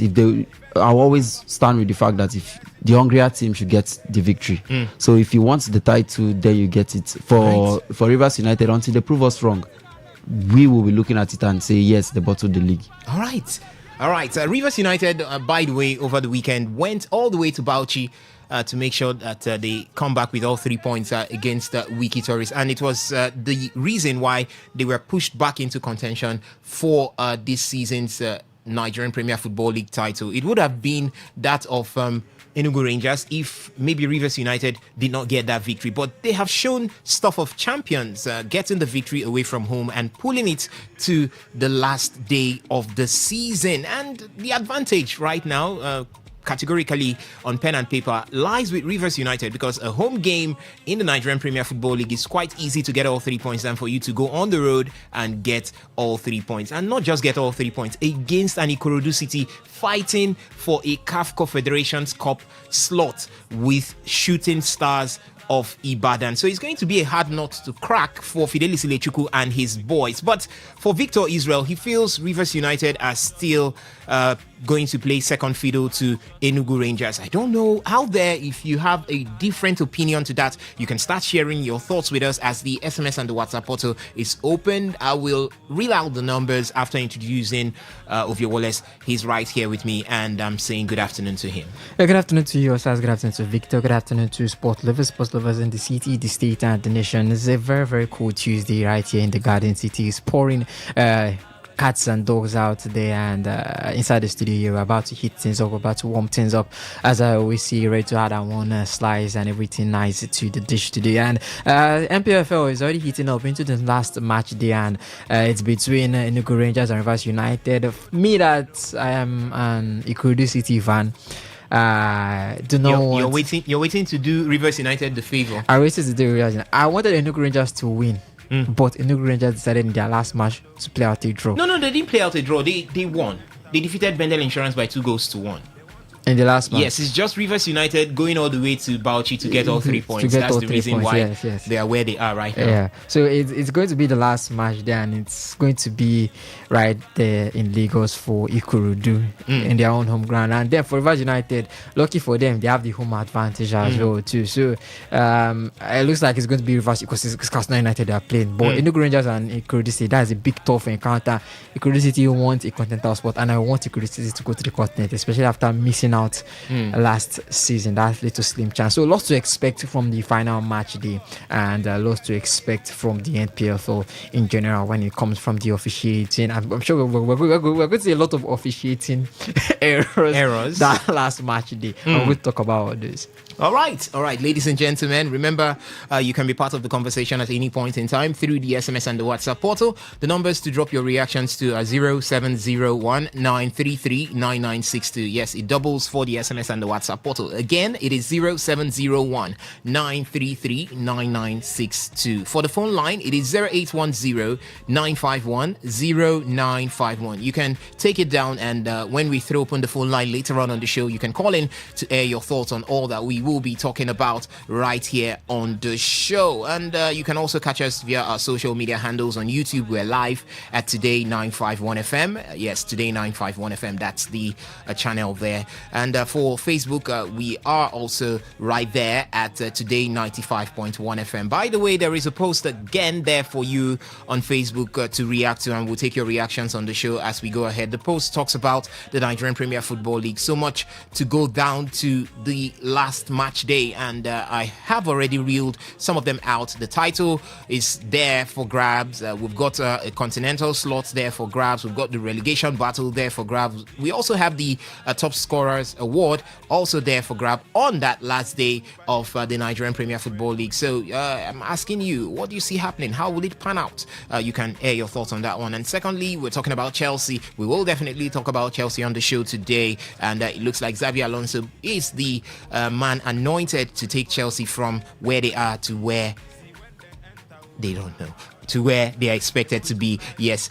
And you can also catch us on Instagram at TodayFM951. On X, we are there at TodayFM951. On Twitch, we are at TodayFM951. You could also listen to us via our website, which is Today FM, that is www.todayfmlive.com. So go over there to the homepage or the menu list and click the listen live button, or connect with us via the various radio apps. Tune in as well as Radio Garden app and search for Today 95.1 FM, and you will be here right with us as we go on the show. So, ladies and gentlemen, a lot to talk about. The NPFL is there. We'll have a little coming from the Super Eagles of Nigeria as well as the Super Falcons, and then we will move in to talk about Chelsea on the show. So let's get talking, ladies and gentlemen. Hello, my name is Kanu Wanko, aka Papilo. For the latest and trending sports stories, always listen to Today Sports Life on Today 95.1 FM Port Harcourt.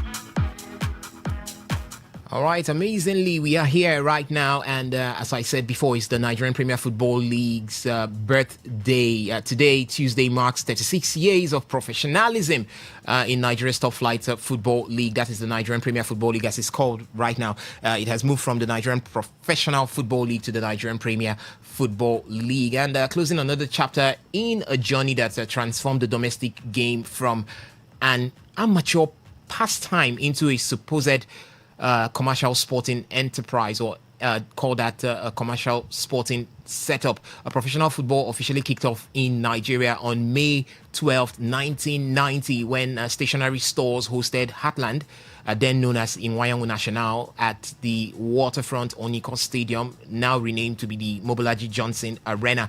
That historic encounter produced several milestones. Inwayangu National won 2-1 to become the first club to record a victory in Nigeria's professional era, while defender Ben Iroha etched his name in history as the scorer of the first goal in the professional league. The launch of the professional football came 102 years after England's pioneered the concept, following decades of arguments over whether Nigeria possessed the financial and organizational capacity to sustain a professional league.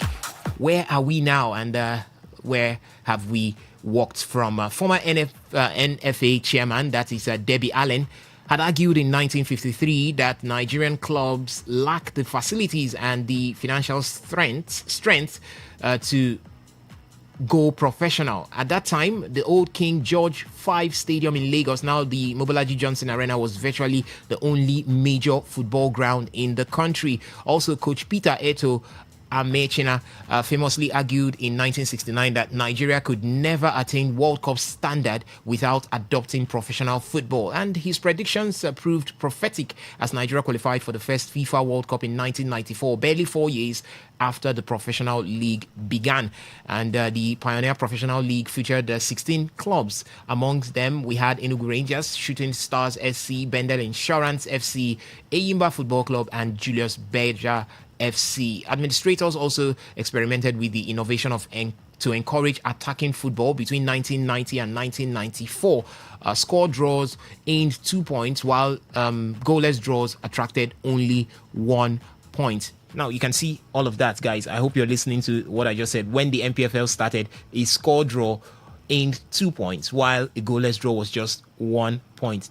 The reason to encourage goal scoring in the Nigerian Premier Football League. And we are getting back to that point where these days we are seeing multiple goals being scored in the Nigerian Premier Football League. It's already over 800 goals scored this season in the Nigerian Premier Football League. So over the years, the league has experienced dramatic highs and lows, from the fairy tale triumph of Eagle Cement FC in 1997 to the shocking relegation of defending champion Shooting Stars in 1999. Another shock might come through if Remo Stars goes on relegation this season. And the competition has also undergone several administrative transformations, evolving from the NPFL Clock 36. The league remains both a symbol of Nigeria's football passion and a reminder of the unfinished journey towards building a truly stable and commercially vibrant domestic competition, or call that domestic league. And I don't know, guys, how do you feel about the Nigerian Premier Football League clocking 36 today?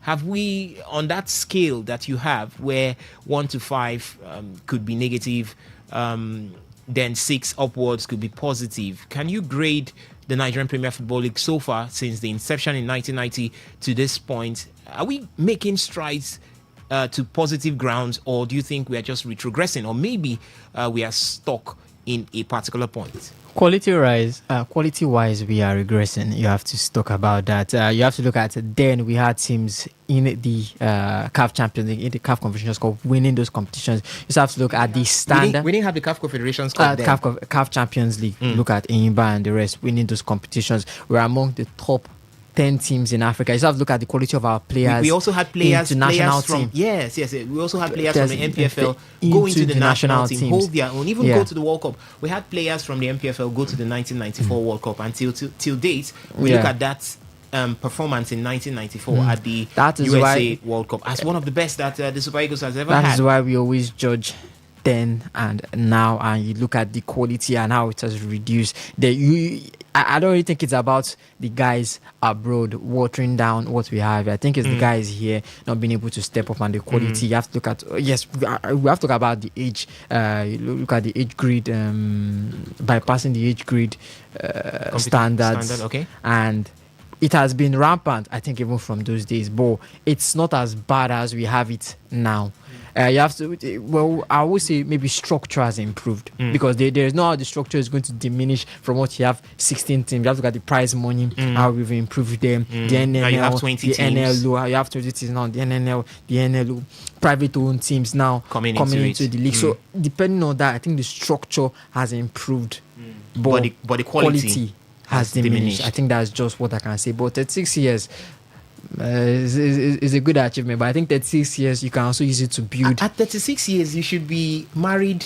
The MPFL should be married with children and taking care of your family. At 36 years, the MPFL by now should have had multiple teams in the CAF Champions. In fact, we should have teams competing in the FIFA Club World Cup.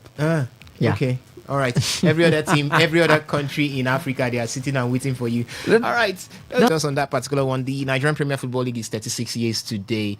How do you grade them? How far do you think that they've come? Are you impressed with what you have seen so far? I did reel out how the journey started right from 1990 up until this point. And if you're one of the OGs, you were there when it all started. You saw all the teams then, and you saw everything that happened right from now. You can also share your thoughts with us via the SMS and the WhatsApp portal, and maybe keep it also when we throw open the phone line to tell us exactly how it was in the 90s when we had the MPFL produce the likes of Benny Roha, the likes of Daniel Amokachi, the likes of Rashidi Yekini going to the Super Eagles and going to the World Cup in the USA in 1994 and doing Nigeria, and not just Nigeria alone, Africa even proud from that particular World Cup. So you can share your thoughts with us and let us know what you feel concerning the Nigerian Premier Football League. 36 years down, and we are where we are right now. But I picked something from the last paragraph, which is at 36 years, the league remains both a symbol of Nigeria's football passion and a reminder of the unfinished journey towards building a truly stable and commercially vibrant domestic competition. That simply states it. We are a work in progress. But how long before we become a finished product is what I really don't know right now. I think first off, we need to look at what the MPFL has done, the cons, the pros, and everything. And when you talk about the domestic competition, the club development, you could say that yes, the MPFL is working in the right direction because we've had lots of winners, right from the teams you mentioned, the stationery stores, Julius Berger, Eagle Cement, Lobby Stars, Ocean Boys. I remember then Iwayawo National, now Heartland Football Club. So these are lots of champions, and the fact that this title is being spread different regions. We don't just have a case where they say the eastern teams are the ones winning. We've had Plateau United at some point become a very formidable team. They might not win the league every season, but they were always in and around the corner. Kano Pillars have won multiple times. So it shows that every region is giving it a shot.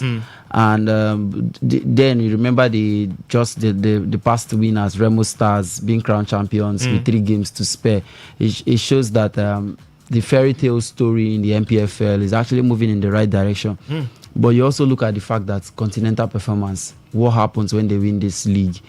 do they go out there to represent this league? Because for us to make a shout that we are one of the best when it comes to Africa, I don't want to talk about the world, but when we want to talk about the fact that we want to make a shout that we want to be one of the best in Africa, we need to represent when it comes to the CAF Champions League, the CAF Confederations Cup.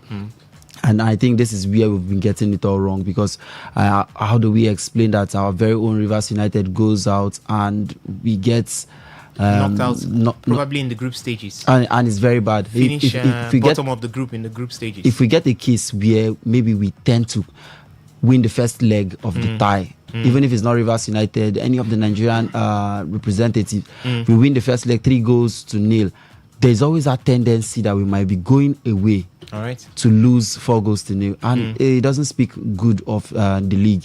Then you also look at the administration and governance. I feel that is really not moving in the right direction, but not entirely bad like the representing Nigeria in African soil.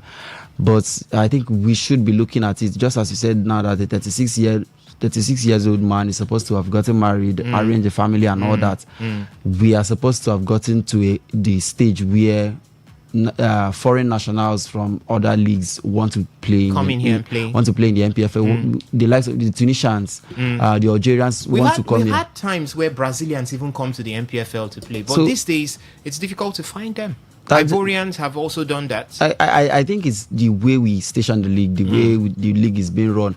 If we have a working league and we do well when it comes to CAF competitions, believe me, everyone wants to come here. We'll be out there. Yes, the EPL is not really better when it comes to every other league, the top 5 leagues. It's not really head and shoulders above them, but everyone wants to go there. You see a player playing it straight for let's say Juventus, leaving Juventus to come to West Ham.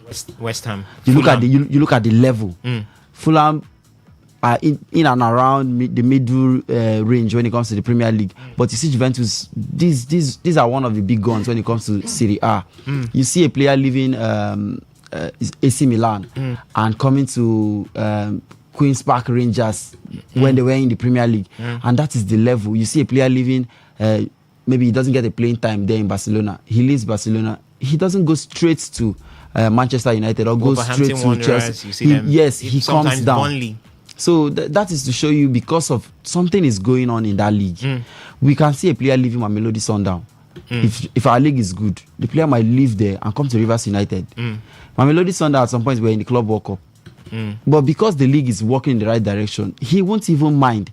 He believes that if this league can do this outside, then if I'm here, my career is moving in the right direction. So the MPFL just needs to work on these few lapses, and maybe when we're celebrating our 40 years anniversary, we will be having a good and working league. All right.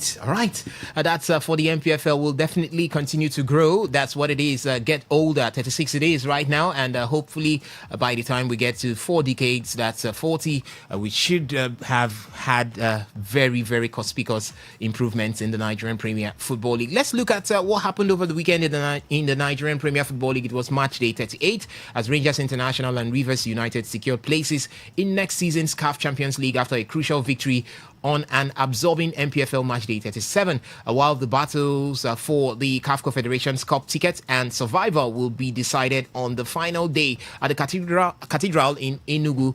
That's the Nnamdi Azikiwe Stadium. The Flying Antelopes beat at Rangers International tightened their grip at the summit with a tight fought 2-1 win over Bendel Insurance. Veteran forward Godwin Obaje delivered when it mattered the most, scoring a brace to move Rangers to 65 points.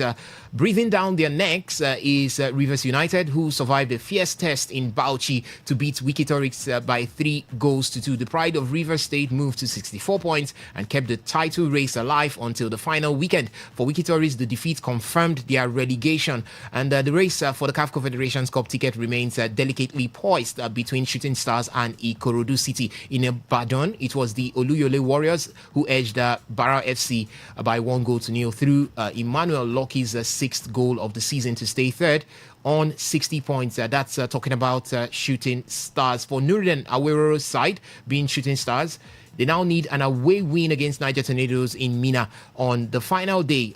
Or for Ikorodu City, they might just have that chance if they don't slip up against Rangers International in Lagos, and that's the chance to secure international, call that CAF Confederations Cup football for next season. And for Katsina United, Ikorodu City, first of all, they suffered a heavy 4-1 defeat to Katsina United. Jamilu Yusuf struck twice in the 6th and 31st minute. Aziz Falulu converted from the spot, and Daniel Agara sealed the route for Katsina United so late right there in that particular encounter. And that result have lifted Katsina United to 8th on 52 points and guaranteed that they remain in the Nigerian Premier Football League. And we also have the relegation battle that would move down to the final day of the season for Inikene in match day 37. It was Remo Stars who came from behind to defeat Bayelsa United by 2-1.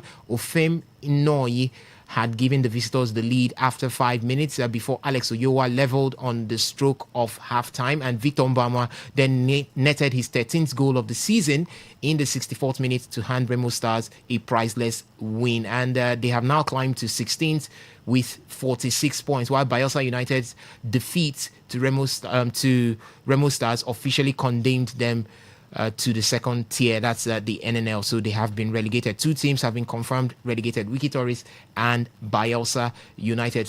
Niger Tornadoes slipped into the drop zone despite that goalless draw that they had with El Kanemi Warriors in Maiduguri. And in Lafia, it was Nasarawa United who strengthened their push for a top 5 finish by edging Plateau United by 1-0 in the North Central Derby. Kun Khalifat did the miracle, the unbelievable, going all the way to the Umuahia Township Stadium to beat Abia Warriors by 2-0. Now see, 2-0, 2 penalties given to Kun Khalifat. Now there is the sacking, or would I say suspension, of Abia Warriors coach Imama Amapakabo alongside Bethel Orji. And we are saying, what really happened right there at the Umuahia Township Stadium that would warrant Abia Warriors to lose in front of their home fans? And Abia Warriors side chasing CAF Confederations Cup qualification, and Abia Warriors side that at one point in the season rose up to the top of the table. At one point in the season were poised to even qualify for the CAF Champions League. And we're asking, what is happening? No one is saying anything. We're just waiting to see what happened. But guys, how did you see this one pan out? Did you expect Kun Khalifa to go all the way to Abia State and defeat Abia Warriors by 2-0? Yes, I'm not surprised. You're not surprised? Yes, see, with the MPFL, in the MPFL, nothing they shock me. Nothing they shock you. Because how do we explain that Akwa United won the league and they went to the NNL? How do we explain that Remo Stars are on the brink of going to the NNL? It happens. You see, this is not something that happens in other leagues.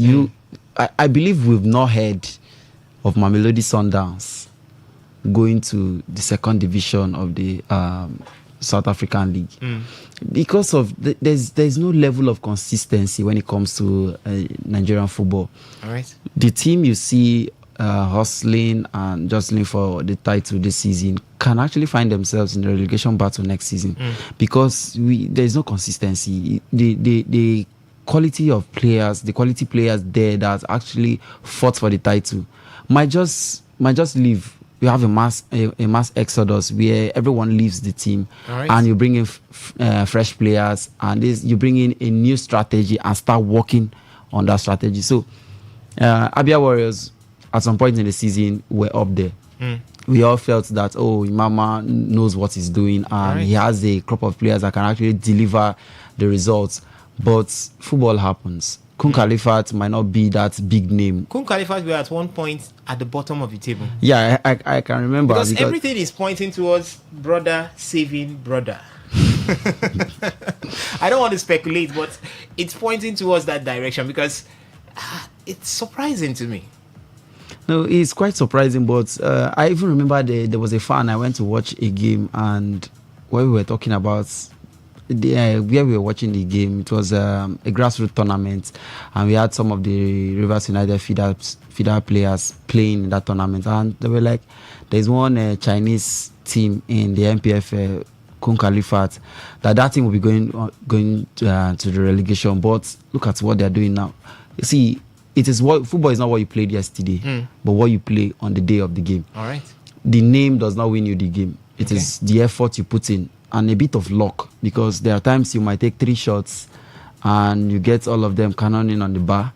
But there are times where even a deflection, the goalkeeper throws the ball and he hits you and gets in. So you might rely on a stroke of luck, but the efforts should be the paramount thing there. So Kun Khalifat did the work, and Abia Warriors, I feel they were just too relaxed. Playing in front of your fans.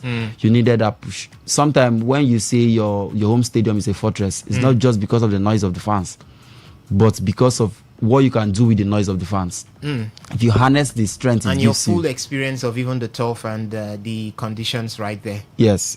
But I feel that really doesn't really count most times in football, because if your pitch is good, my pitch is good. If you come there, it's still football. It's the same football you play away. It's not the same football you play in Stamford Bridge that you play in Camp Nou. Camp Nou is bigger than Stamford Bridge. No, that's why I said if the pitch is good. When you talk about the pitch is good, we talk about the quality. If Camp Nou is big, we know that. Right. If you go to Maracana to play, it's also big. Now, someone playing at home at Camp Nou and goes to Maracana Barcelona can still do the same touch and the same tiki-taka that they play at Camp Nou. They can still replicate it when they go to Maracana. But when we want to talk about bad pitches, is when you look at that pitch that South Africa took the Super Eagles to, that primary school. In Bloemfontein. That primary school there, that place. When you look at that, quality was bad. But when we have the same level of pitch, I think what counts is the noise from the fans, the backing from the fans.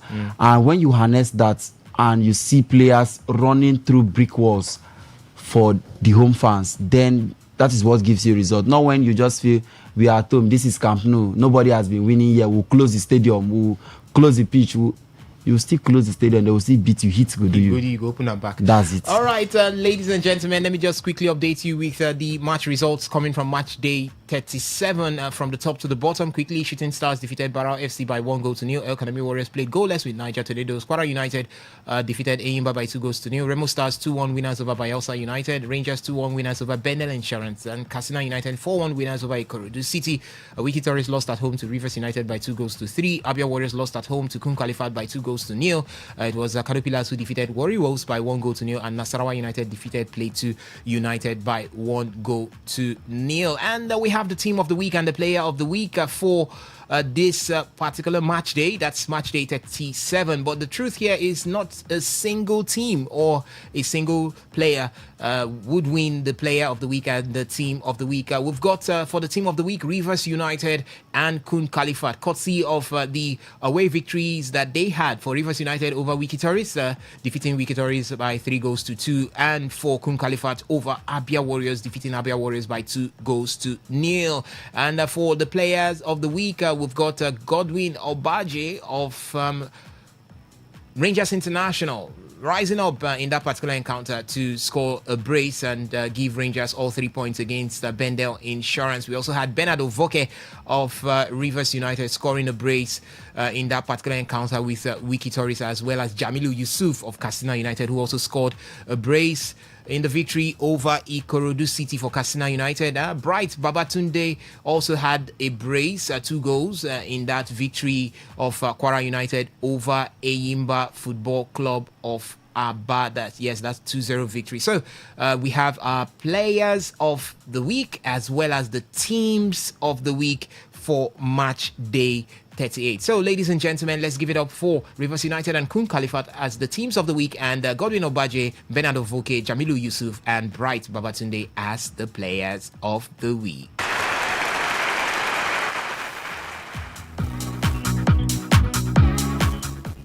All right, a lot to be expected from match day 38, which will come through on May the 24th, 2026. All matches will be played by 4 p.m. By the way, Ikorodu City will take on Rangers, Rivers United will take on Katsina United, Eyimba will take on El Kanemi Warriors, Bendel Insurance will take on Remo Stars, Niger Tornadoes will take on Shooting Stars, Plateau United will take on Kanu Pillars, and Bayelsa United would just go on formalities with Kwara United. Warri Wolves will take on Apia Warriors, while Rao FC will take on Nasarawa United, and Kun Khalifat will play host to Wiki Tories. So we'll keep talking about these games until the 24th to explore the chances of those who are poised for winning the MPFL, those who want to qualify for the CAF competitions, those who want to survive and stay back in the MPFL, and those who just want the bragging rights. Yes, we'll look at it. But for today, we'll be moving ahead right now, and we will be looking into what we have from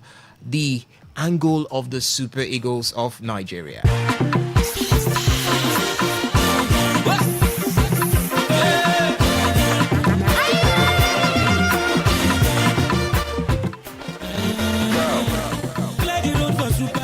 All right, for the Super Eagles of Nigeria, their focus is on the Unity Cup. And for that, the Zimbabwe Football Association has unveiled a strong warrior squad ahead of the 2026 Unity Cup clash against Nigeria's Super Eagles in London.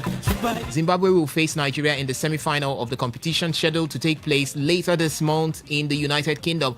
The Warriors of Zimbabwe, they have their squad, and it's made up of several experienced players plying their trade across Europe and Africa, with the team expected to pose a strong challenge in the tournament for the Super Eagles. Head coach Kaitano Tembo named 24 players in the squad, and the list is dominated by foreign-based players. Only 2 local-based players are in that team. This goalkeeper Future Sibanda and midfielder Mongemili Chuma.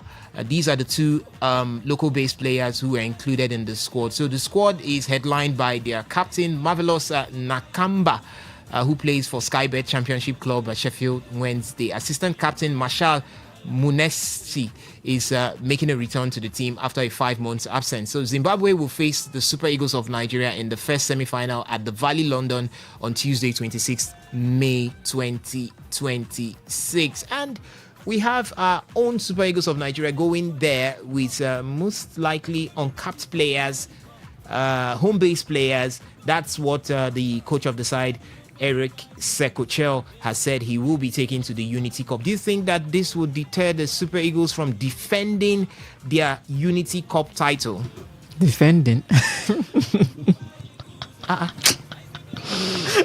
What you say, defending like as if it's... They won it the last edition. They won it. I never knew there would be a time when people will be talking about World Cup. Unity Cup. Unity Cup. Hi. See, both are cups. Both are celebrate what you have. When they put video, Chai. See, I'm not really concerned about them going to go and defend or do anything. What I just want to see is the performance of the players on the pitch. That's just what I want to see. It's just this window to see how the players are going to perform, because you have to, of course, India, Zimbabwe. Look at the teams we are playing. If I say we should even be beating them with only MPFL players, but we all know that's not going to be possible. But I'm just happy that we're going to see players that are uncapped. Let's see what they can do. It's going to be a new... Otto Okonkwo has been given the nod to standing between the sticks for the Super Eagles of Nigeria. So I feel so much pity right now for Stanley Nwabali, because Stanley Nwabali is not getting his spot. Maduka Okoye, he's not getting his spot back. Just finished off with 10 clean sheets in Udinese. Yes, in Udinese. So it's Stanley Nwabali. He's not going to get it. He's not getting his spot back, because that third spot is already locked down by Francis Uzoho or Arthur Okonkwo. Especially what we see if from his performance at the Unity Cup, I think that's also going to solidify his stay as one of maybe the second choice or the third choice for the Super Eagles. But for the other guys that will be coming into the squad, Aziz and the rest, a chance to see what they can show for the Super Eagles and claim a spot when we have the AFCON starting. A good chance for them to claim a spot in the mainstay in the Super Eagles team. Great one there. So we we keep our eyes on it to see what Eric Chell will be bringing through for the Unity Cup. But for the Zimbabweans, they have named a very strong squad to face the Super Eagles of Nigeria. We're getting close to opening the phone line to talk. Have you air your thoughts on all that we have been talking about right here on the show. But before we do that, let's move out to see what's happening with Chelsea. Yes, for Chelsea, former Spain midfielder Xabi Alonso is believed to be the leading candidate to become Chelsea's new manager. The Blues are hoping to appoint Liam Rosenau's successor before the 2026 World Cup kicks off, and they have already made contact with Xabi Alonso, who is out of job after he was sacked by Real Madrid. Fulham's Marco Silva and outgoing Bournemouth boss Andoni Iraola both remain on the list. Crystal Palace Oliver Glasner, as well as ex-Flamingo coach Felipe Luis. And there is a little news coming in that Cesc Fabregas is also part of that list. That is the Como 1907 coach who has been doing great things, bringing Como to the UEFA Champions League. He may be able to bring them to the UEFA Champions League. So he's also part of that list. For Felipe Luis, he was a name Chelsea discussed before appointing Liam Rosenau, with talks eventually centering on a potential switch to Strasbourg prior to Gary O'Neill's appointment. And we're seeing this one right now. It looks like Xabi Alonso is the man for the Blues at this point. And in the morning, I asked the question here, Victor, and the question is Xabi Alonso walking into another death trap? Is he going to go the same way Liam Rosenau, Enzo Maresca has gone? Or do you think he can get in there and turn things around? Maybe the way we usually say that my head too strong for this one. It could be the case of Xabi Alonso when he becomes, or if he becomes, the coach of Chelsea.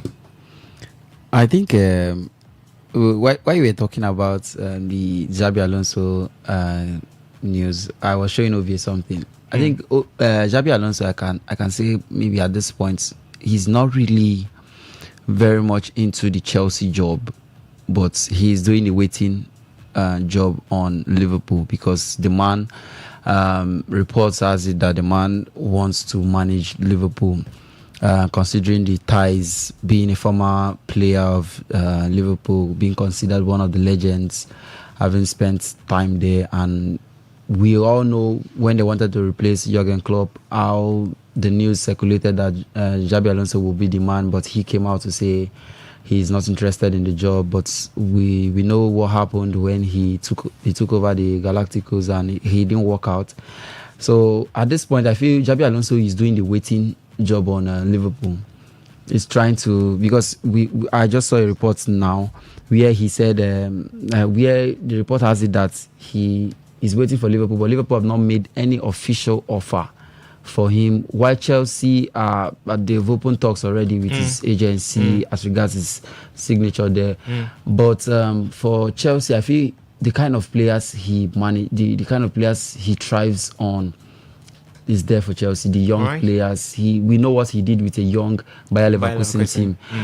This is not the same squad with that of Real Madrid. We know Real Madrid, we had established players. There were no. I think he was the one bringing in young players, the likes of Carreras and Adagula. He was one trying to inculcate that tradition there. We had Gonzalo. Also in that team, he was trying to bring in the young players. I think he brought Carreras. He brought Carreras. He brought in Adagula into the first team, and also Gonzalo. So I feel there was also Dean Houston also coming in, another young player. So, but at Chelsea, the fulcrum of that team is the young players. There are lots of them. But the thing is, if it doesn't go well immediately, we know what Chelsea does. We know that Chelsea might not give you that time. Look at Liam Rosenau; it wasn't working.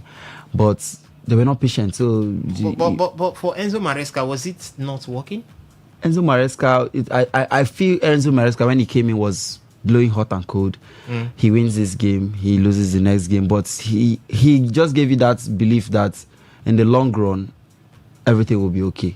Then when he won the Conference League, fans started forgetting the performance. They felt things were going right there. Then he shocked the world and won the Club World Cup, and they felt, yes, the confidence was now there. Even the manager saw it, the confidence was there, and you could see Chelsea playing without fear in the first half of the stage. Just, I feel it was down to character issues where red cards were coming in, flying here and there. I think that is where maturity would have come in, where the senior players of the team would have tried to calm, because it seems everyone there is young. For the mature players to be the likes of Rhys James. All We right. know that if Rhys James gets into, imagine that golden generation of England where you had Rio Ferdinand, you had Steven Gerrard, Frank Lampard, Wayne Rooney. And if Ferdinand gets into that team, he's nowhere going to be one of the leaders because All right. you see the kind of players they had then. So I feel the young players will match up Jabi Alonso, but will the board be ready to give him that time to be patient enough? All right. Let's get to the phone line right now to take your reactions as the phone line is officially open, 0810-951-0951. That's the number to call to talk to us right here in the studio. Hello, caller. Good afternoon to you. Welcome to the show. Hello?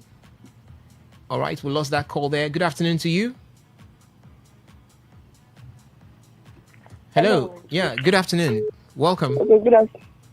Please, can you tell me the topic so I can just react to it immediately? Okay, we are talking about the Nigerian Premier Football League. Is 36 years today, as well as match day 38 encounters, and who wins the league, who qualifies for the CAF Confederations Cup, who gets relegated. Okay. I don't know who. Okay, for Rivers United, they win the league. Okay. And then, Ikorodu City gets to the Continental because All right. Rivers United is already in the Continental. So thank you. All right, thank you so much for dropping by. Though you didn't tell us your name there.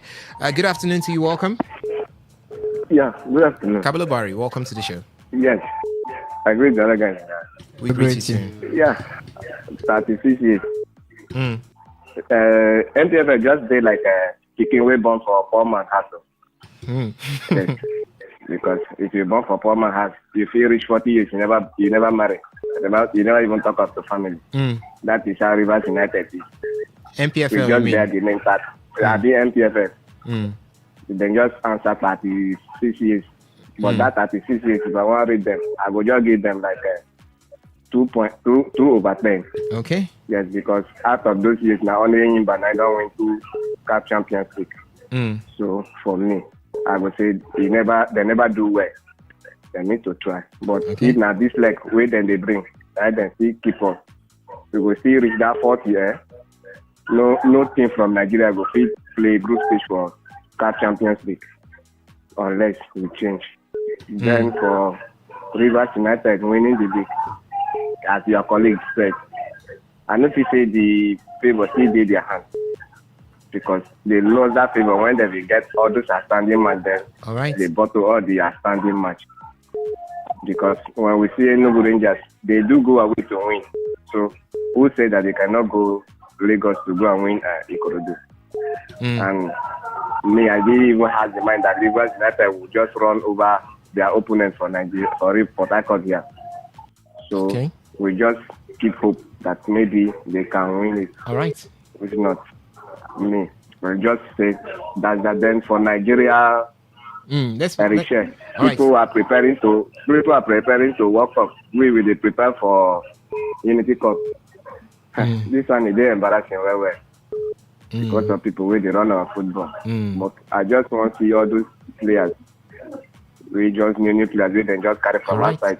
Our brothers with the outside. I just want to see them. Taking the one do. If not for defending, I don't care either they defend or they not defend. Now World Cup, now they want to go defend. I've been AFCON, now they want to go defend. But I pray those players, players will defend when we don't get national football. Then we'll feel represent us well. All right. Thank you. All right. Thank you so much, Kabilo Bari, for your thoughts there. Good afternoon to you. Welcome to the show. Good afternoon, guys. Welcome, Simon. For the Unity Cup, I don't think that I'll even watch it. Okay. I have nothing to do with Unity Cup.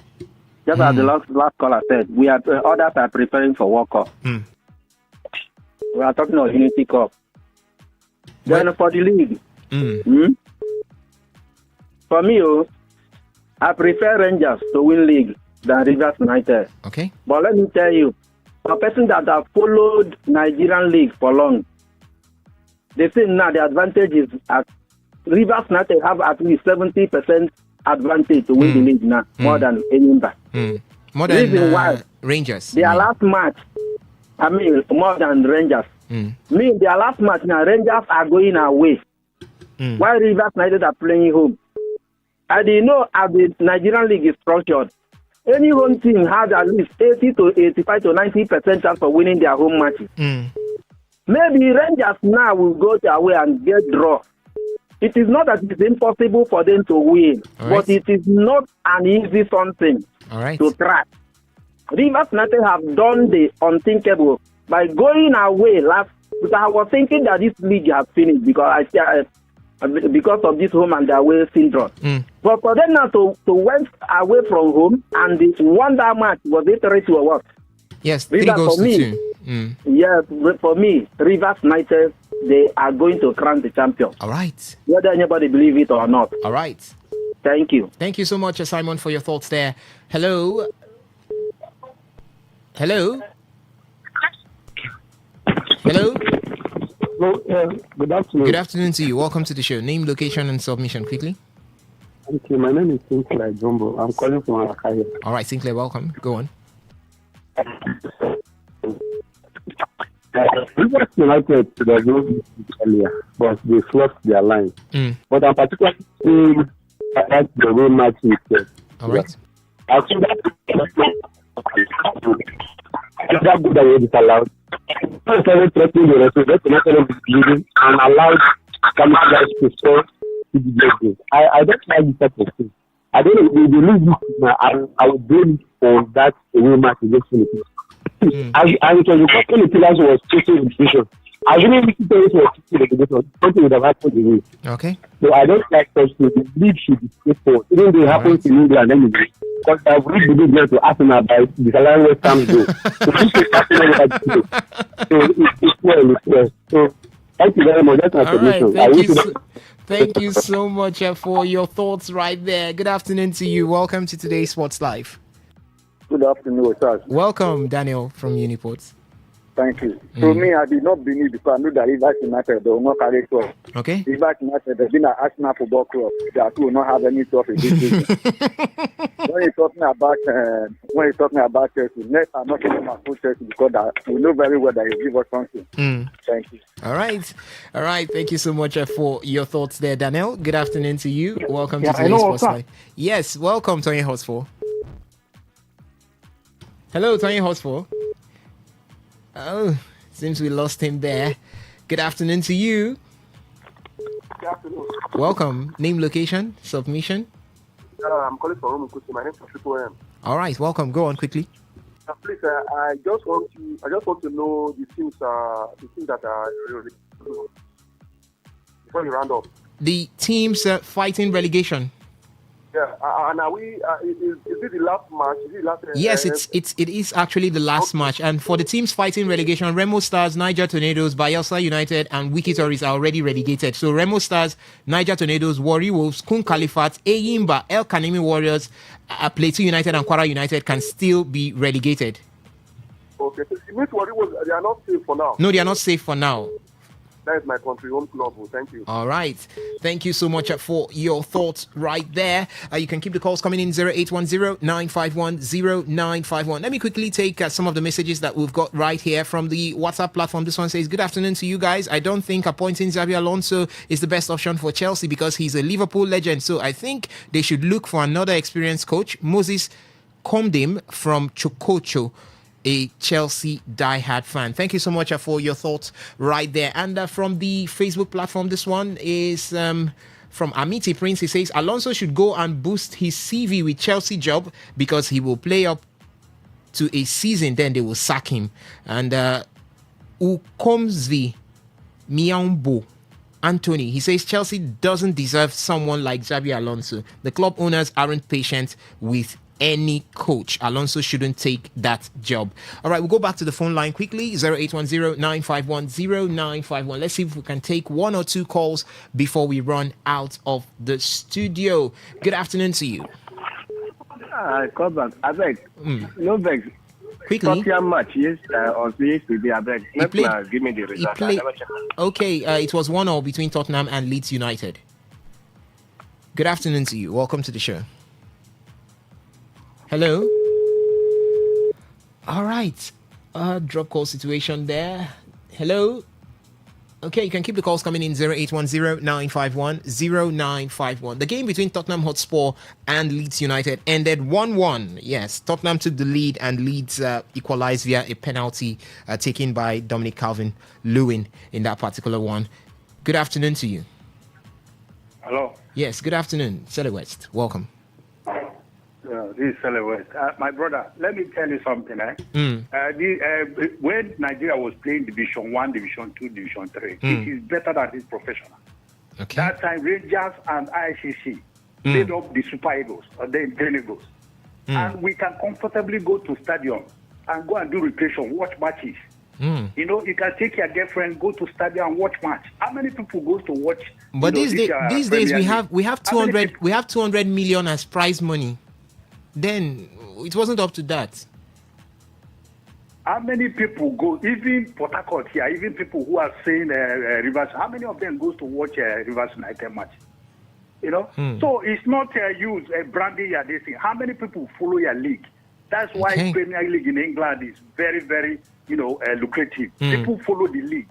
You understand? So those days when we are watching Division 1, when Sharks Football Club was there, Spartan Football Club of Rangers, ICC, Water Corporation of Ibadan. But Sele West, I was trying to say something. Back then, were the winners of the league rewarded? They were rewarded. You see, that time they played football with passion. Okay. But this time around, everybody wants money. You play 2 seasons, you go abroad. Christian Chukwu, Odebami, Mudalawa, all of them, they were playing football here. All right. If they go abroad, they will take them. But they were so passionate. They were playing the game here. I'm so sorry. We are glad to watch them. All right. When you go to a stadium to watch match, you enjoy football. Sele West. You understand? So it's not your league 36 years. All right. How many people follow the league? All right. How many people go to stadium? Thank you so much. That is it, my brother. All right. Not, thank you so much. 36 years and Thank you so much. Thank you so much, Sele West, for your thoughts right there. And that's where we draw the curtain on the show this beautiful afternoon, ladies and gentlemen. Thank you so much for listening. Thank you for also engaging from the various feedback platforms. Do remember that we'll be back here tomorrow morning, 6:30 a.m. for Sports Attack and 3 to 4 p.m. for today's Sports Live. Until then, my name still remains Osasin Hinwin, and I'm saying stay lifted and stay blessed. Don't touch it. Leave it on Today 95.1 FM. Talk radio. I listen to a lot of talk radio. 95.1 FM. Whether it's happening in Port Harcourt, South South, Nigeria, or around the world, we've got you covered. On air, online, delivering balanced news and unbiased analysis. Today, 95.1 FM. Today, 95.1 FM, Port Harcourt. News update.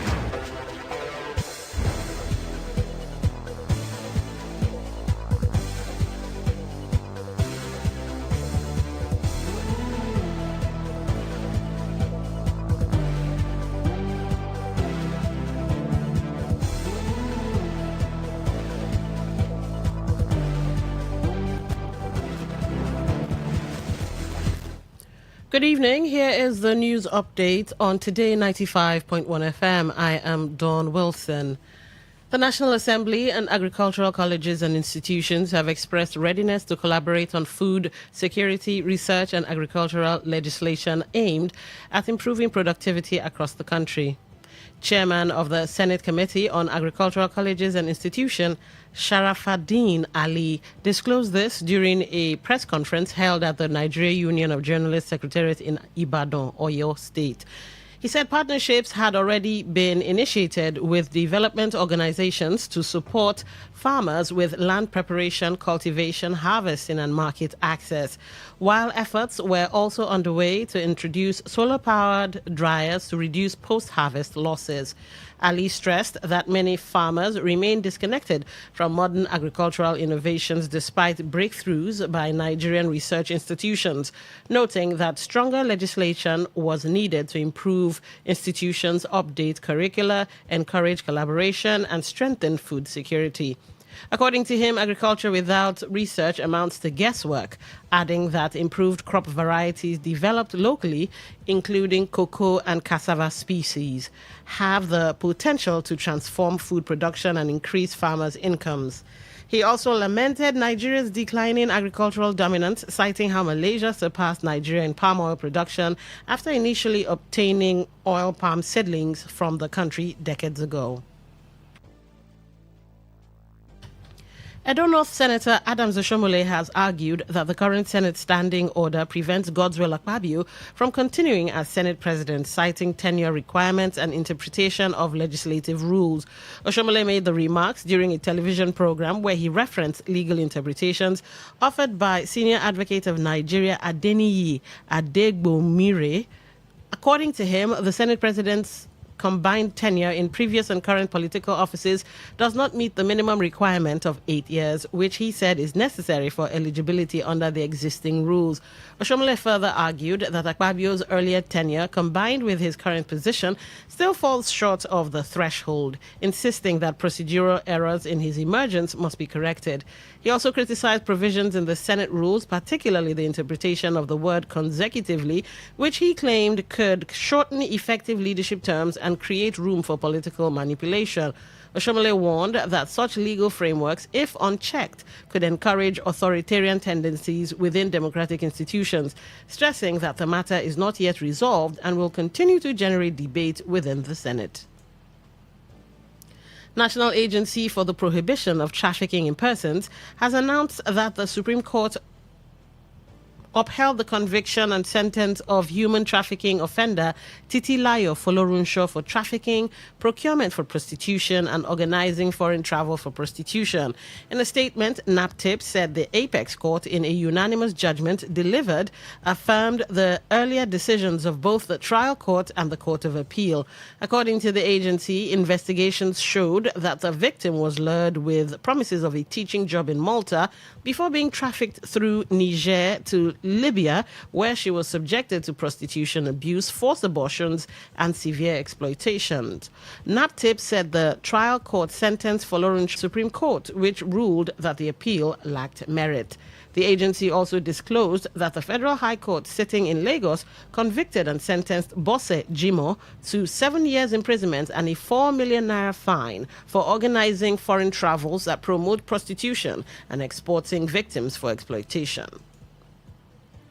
On the foreign scene, World Health Organization Director General Tedros Ghebreyesus says global efforts to contain hantavirus were still ongoing following the deadly outbreak aboard the cruise ship MV Honduras, which left 3 passengers dead. Speaking at a joint news conference in Madrid alongside Spanish Prime Minister Pedro Sanchez, Tedros said there was currently no sign of a wider outbreak, but warned that more cases could emerge in the coming weeks due to the virus's long incubation period. Health authorities have, however, maintained that the global public health risk remains low and dismissed comparisons to the early stages of the COVID-19 pandemic. More than 120 passengers and crew members were evacuated from the vessel in Spain's Canary Islands over the weekend, with countries adopting varying health measures for returning evacuees. While most nations are following World Health Organization guidelines recommending a 42-day quarantine and close monitoring of high-risk contacts, U.S. health authorities indicate that American passengers may not face mandatory quarantine. And that was the news update on Today 95.1 FM. I am Dawn Wilson. Thank you for listening and good evening. Today's news, today's entertainment, today's sports, today's issues. Today on Today 95.1 FM, Port Harcourt. Catch the latest news, real talk, real stories, all on Today 95.1 FM, where you belong.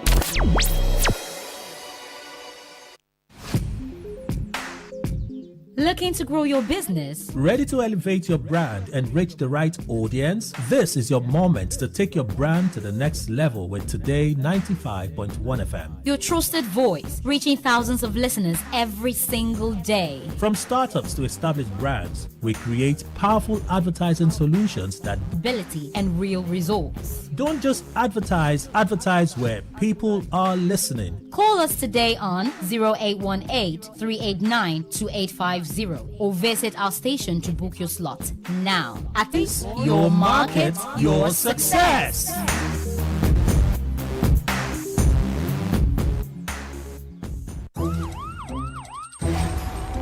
It all begins with breaking news. Now make no mistake, this is a difficult mission, and it will remain difficult for some time. Then it keeps trending. Events, issues, personalities, all struggling to gain attention. But in the race for deadlines, the intrigues, power play, undercurrents are often missed or underreported. Insecurity here is basically a product of poverty. But not anymore. As the platform on radio steps in to fill the missing links on events, issues, and personalities in the news. I'm not afraid of anybody. Yeah! The platform on radio serves only the hottest topics and trending issues. Only on Today 95.1 FM. 95.1 FM. Port Harcourt. Weekdays, 4 p.m. Get on the platform on radio and be served.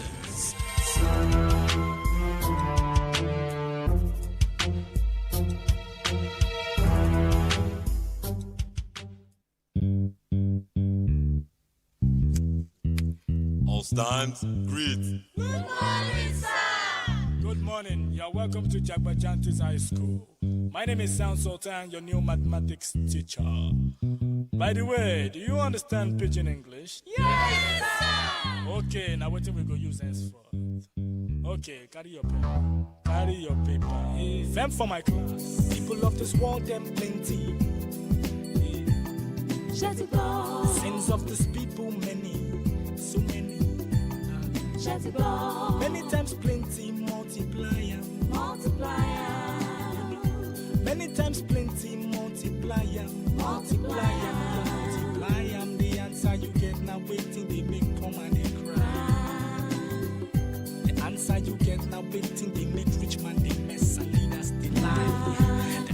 Good evening, everyone. It's 10 minutes past 4 o'clock, and yes, it's time for, another premium edition of the platform on radio. Welcome one and all. This is still your premium talk station, Today 95.1 FM Port Harcourt, and I am Don Wilson. I shall give you insight into some of the news reports making the rounds. Now, don't forget, the platform on radio is a program where we come to dissect trending issues with correspondent reports. Our correspondents are out there in the field sourcing reports, and on this program we take their reports and have them give us more details. Perhaps you get to hear what's not entirely in the news. And on the menu today, all right, Uzoba right there in the comment section of YouTube. Now, if you'd like to listen, www.todayfmlive.com. Yes, we have a website, www.todayfmlive.com. Now, right there in the middle of your screen, listen live, beautifully listed out there. All you need to do is just raise one finger and tap, and you're in. Yes, you're in. Now, you can also go by way of Radio Garden and radio.org.ng through Google Play Store and the Apple Store, and just look for Today 95.1 FM, and that's all. Now, you may not be able to comment on Radio Garden and radio.org.ng, but you have the other platforms. So you know what? Make good use of it, and I'll make sure to get to your thoughts, your opinions, your perspectives as they come in. All right, let's get into the first story. Residents of Uzoba in Obiakpo local government area of Rivers State have expressed concern over the flooding currently affecting the community, blaming the situation on blocked drainage channels and ongoing road construction in the area. Speaking with Today FM correspondent Ayiba Priye Ogunu, one of the residents, Frances Okoro, explained that the flood became worse following construction work, while the new company handling the project has failed to address the issue, resulting in floodwater flowing into Uzoba from neighboring communities, including Rumosi, Mboba, and Rumukwashe. Down Obogoro, we land was an old culvert, one man company limited were doing, and they abandoned that drainage, and they didn't do it. Now, the present company doing the road seems to abandon the culvert, and houses have been submerged, houses are falling down, and the company said, no, government, please come and do this culvert, because people are dying there. So when they now block the whole place. Any rain that falls from Rumosi, what they're saying now is from Rumosi, some from Mboba, everything, Rumokwashi, come down here. We've gone to the company, we've pleaded with them. They blocked the place. They say there's nothing they can do, so we're pleading to the government to come to our aid. Other residents also lamented the impact of the flooding on their daily lives, noting that many families have been displaced and living conditions have become unbearable. They said children can no longer attend school because both the roads and some school premises have been overtaken by flood water. The residents continue work on the drainage system and bring lasting relief to affected residents. Since 3 a.m. last night, we couldn't sleep. Everywhere was flooded. Even up till now, we are still bailing water out from the room. We are calling on the government to assist us, do something. At least we don't know our hope. If they can help us do something today and tomorrow, my children are at home, nowhere to go, no road. We can't do anything. And my boy is feeling cold because of this weather. Government should listen to Obogoro people. They should go and settle with them. Let July no drainage to enter. People are suffering. Look at the youth, everybody, families are suffering. The church water has entered everywhere. If you look around everywhere now, we are suffering. Let government do something about it. Wow, that's sad. All right, so what urgent steps should the River State government take to restore normal life for Uzoba residents and other parts of the state affected by the flood? And who should be held responsible for recurring flooding in communities affected by road construction projects? All right, let's get your thoughts, see where your heads are at. The platform, welcome to the show. What's your name? Where are you calling from? Hello, good evening. Good evening. My name is Honda for Jesus, Kalatinamo Prime Community of the local government. All right, Honda, go ahead. It's what they were complaining. I'm concerned now about this flooding now at the Uzoba community. This because of this particular doing. I don't know what they're working. I don't know what they're doing. They say they're working flyover. They're working flyover. They're working on that flyover. I don't know. I don't know what they're doing. My friend now is coming to look for me now. According to where you say at this Uzoba junction here now, that water has been inside his car. I don't know this state. Look at the whole River State. The best state in this country, Nigeria, is the River State, Port Harcourt. The water now, because of the flyover now, they would have been this ring road now. Come and see this Deeper Life road here. Deeper Life, my community, and more here. Come and see flood. Water full everywhere. I don't know. When Wiki was governor of this state, all this is not happening. When Amici was governor of this state, all this didn't happen. All right. Look at River State now. River State now is upside down. I don't know. In fact, I don't know what to say. Are children going to school? Children going to school. Another thing now, this is manhole. They are moving. Look at children going to school. Their parents don't go and carry them. Okay. You know how many children are lost? You know how many people are... All right. You were beginning to shout in my ear. The platform, hello, welcome to the show. Good evening, my sister. Yes. Good evening. Welcome to the show. What's your name? Where are you calling from? I am Suti from Elebra Demover. Go ahead.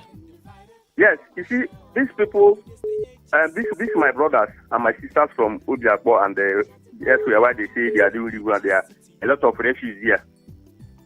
I was going through Obogoro the other day. People were dumping refugees along the road, inside the gutter when rain was falling. And the other persons are seeing them dumping those refugees inside the gutter. Why will you complain when government is trying to do their best? We, the community, should do our own best. You don't blame government in everything. Contractor is doing this, contractor is doing that. Why you person like who really complaining? Is dumping refugees inside the gutter. Why won't the drainage be blocked? People should stop all this. See, Nigeria we are now. Everybody should be careful on how he or she do his own thing or her own thing. All right. You don't complain everything. You don't everything. You don't see. We in Nemover here, we know how we manage our refuse dumping. We have plantations and other things where we dump our refuse if need be. Sometimes we go to Bodo Pit, we dump our refuse here. Then if you don't have any place to dump your refuse, manage your refuse. As government has said, environmental have said this, waste management products, dump it where they are supposed to be dumped. All right. My sister, that is the problem we're having. People should stop complaining. All right. Let Thank you for every calling. complaint on top of government. Okay. The platform, welcome to the show. What's your name? Where are you calling from? Good evening. Good evening. Yes, my name is Sam. See, it's very shameful that we'll be talking about flooding for almost 20 years in Rivers State. And this is very bad. It is the fault of the government. I don't know what concern refuse dump with it. They don't build a proper canal. There's no drainage. They don't want to channel the gutter. They are busy selling property, selling land, even where you make gutter. It's very shameful that we'll be talking about every time, every rainy season, we're talking about flooding. Giving people indomie and relief material. What is relief material? You know, people are staying inside the water. I don't know why they don't want to. Where is Minister of Water, whatever, and Commissioner of Water? Every year, we'll be calling on radio station about what everyday flood. Every year, for 15, 20 years now. Is it there's no remedy? But let me ask you a question. The government. Let me ask you a question. What about the part where they say they have issues with the Ogbogoro community? Don't you think I agree with you that with the people we should do our own bit, but if there's an issue tying flooding to the issues that might be affecting the Ogbogoro and the government, then don't you think they should settle those issues as well? Oh, why will the government be having issue with Ogbogoro? If government want to do, see, that's even another problem. Government will even impose, I don't know the work of local House Assembly members. They should make a law that anybody who is stopping any contractor doing a job from any community, for any youth, they should be in jail for 40 years. All right. I don't know why government wants to come and reduce drainage, undo a road, or put electricity, or do development. They're telling them they will pay you compensation. All right. Nothing like government having problem with any Ogbogoro. They should not fix the something who can live all in this country. All right. The platform, welcome to the show. What's your name? Where are you calling from? Yeah, good afternoon, good evening. The reason why we have elders in the community is for them to say the truth and set the record the way it's supposed to be. All right. You don't expect a tenant to carry refuse to landlord's house, or you don't even see where to cook, where to keep your dish. So government should know what they're supposed to do. You know, more or less here, people most are here that are strangers. You don't just behave anyhow. Like the sanitation on Saturday, you go around, you see where people will pack the sand from the gutter. When you pack the sand from the gutter, you take it to your house or to where? Nobody have village here to carry the sand, go everywhere, just go and keep it there. Government should bring out a place where they will carry those things, and all these things is something that government is supposed to do. For example, now, can I take anything, load a truck of dustbin to anybody's land in River State, in any Ikwereman land? Is it possible? It's not possible. So they should know what they're supposed to do. Moreover, some places they have this dumping of this thing from here to Obibo. You pay how much to go and drop the tea? All right. They should do what they're supposed to do. Okay. Leave the rest to the tenants. All right. Thank you for calling. Okay. Well, I think all parties involved have their own roles. The government to sanitize the area and make sure we do what we're supposed to do, and of course the people to obey the laws. If the law says you should compensate a community for taking parts of their land, then do that. But if that's already been done and the community is just being, strong-headed, then of course the government has to do what the government has to do. All right, let's take some more calls. The platform, welcome to the show. Hello, good evening, Today FM. Good evening. What's your name? Where are you calling from? This is Dakuku from Okeche. Go ahead. You people are talking about flood now. Yes, we're talking about what's happening in Uzoba, the flooding around Uzoba. So, listen, my sister. The major problem, we are the cause of consultancy and government together. Like, let me tell you, in olden days, when we don't have sites, we have laborers who clear roads and make the road so people can be able to pass. But what about now? We have new modern technology where we can tie roads and put up drainage so that the water can flow. Why not employ some people who are not educated, who cannot read and write? They'll be able to go in under the drainage, fix the drainage, so that when the rain falls, the water will be able to flow, go where, and those people will stay. How about they can pay them 100,000, 80,000? We have money in this country.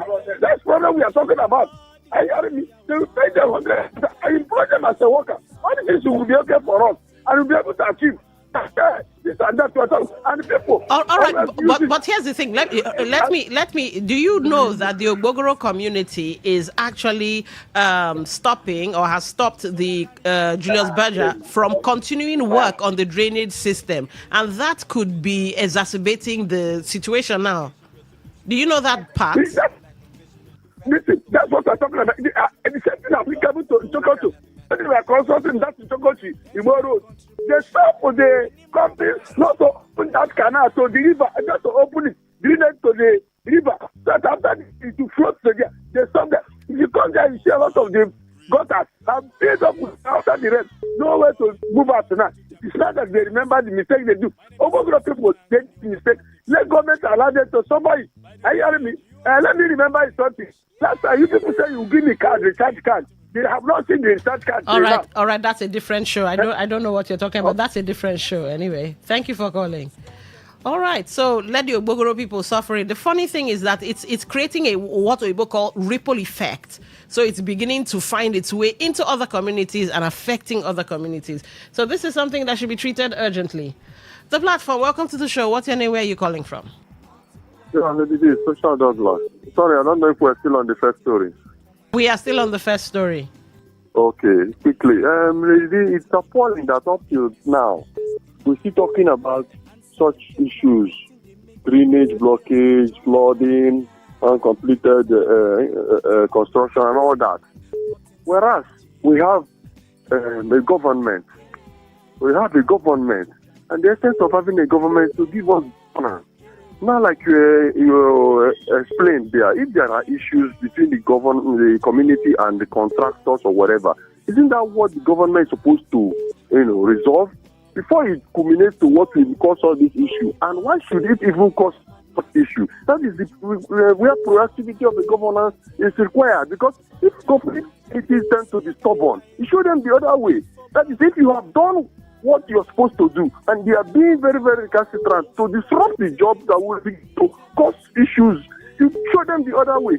But being docile does not show any governance. Because, like my understanding, governance is the actualization of those dynamic policies, which is set out by law, so that you can be able to actualize those things that you do for the people. All right. Those things are not here. We don't have governance. Okay. And I think it's high time that the state governor wakes up to responsibilities. All right. It's too much. All right. Thank you so much, John. The platform, welcome to the show. What's your name? Where are you calling from? Hello? Mohammed on Wisino. All right. What's your name? Where are you calling from? Comrade Kabari, calling from Baleko in Ghana. Mohammed on Wisino. Go ahead. Do you know the Minister of Health? Do you know the Commissioner of Health in River State?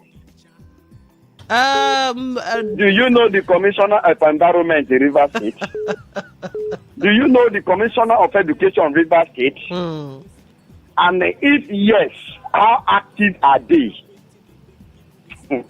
I pity River people. I pity River people. You know, waiting go deceive you. Now say you feel say River State like you, River State like you. You not know say River State even know say no be them nominate you, but them force you down their throat. But then come in your defense because they no get choice. You don't already emerge as governor, sworn the oath of office, and as such, the one governors they come in your defense and say you cannot declare state of emergency in River State because there is no justification, there is no crisis. But if you are still being deceived that you are being loved by River State people and that you can play your tricks with the River State, wait and see. All right. Thank you. Okay, thank you for calling. The platform, welcome to the show. What's your name? Where are you calling from? All right, looks like we lost that call. We'll take a short commercial break, and when we come back, we'll move to the second story, third story, and then, of course, it becomes an all-comers affair. Stay with us. It's still the platform on 95.1 FM. Right go level for AJ City. AJ City. Rich man gonna be VJ City. VJ City.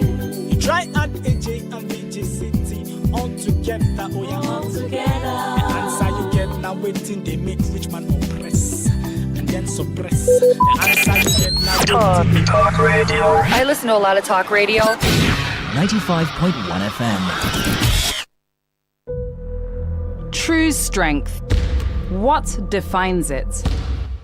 The brilliance of a player, or when a team comes together to win. A solo beat, or the rhythm of many. The flair of one dancer, or the art of a troupe. One distinct voice, or the beauty of the symphony.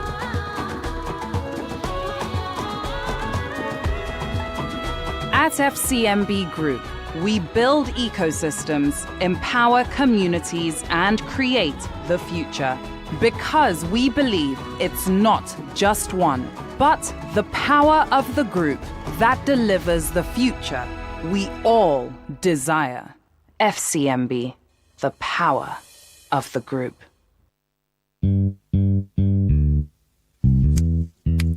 All stands, greet. Good morning, sir.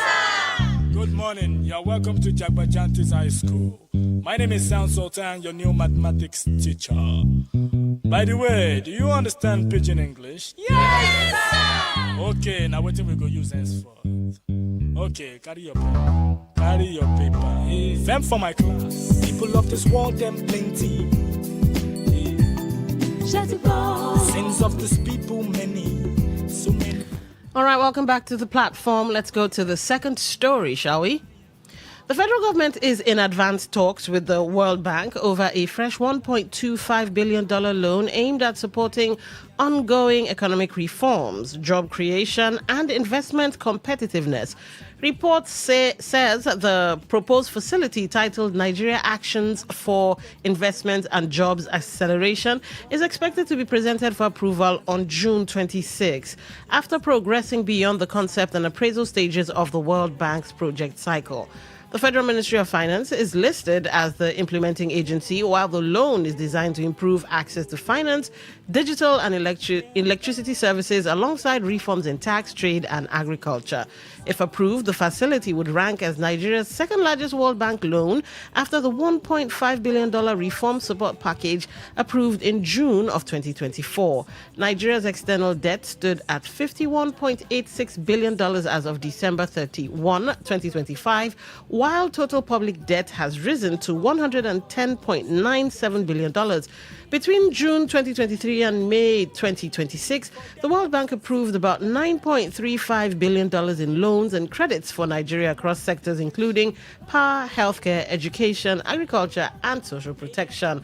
The latest development comes days after the Accountant General of the Federation, Shamseldeen Ogunjimi, warned that Nigeria could reject World Bank loans delayed beyond 6 months, stressing the need for faster approval and disbursement processes to support project execution and fiscal planning.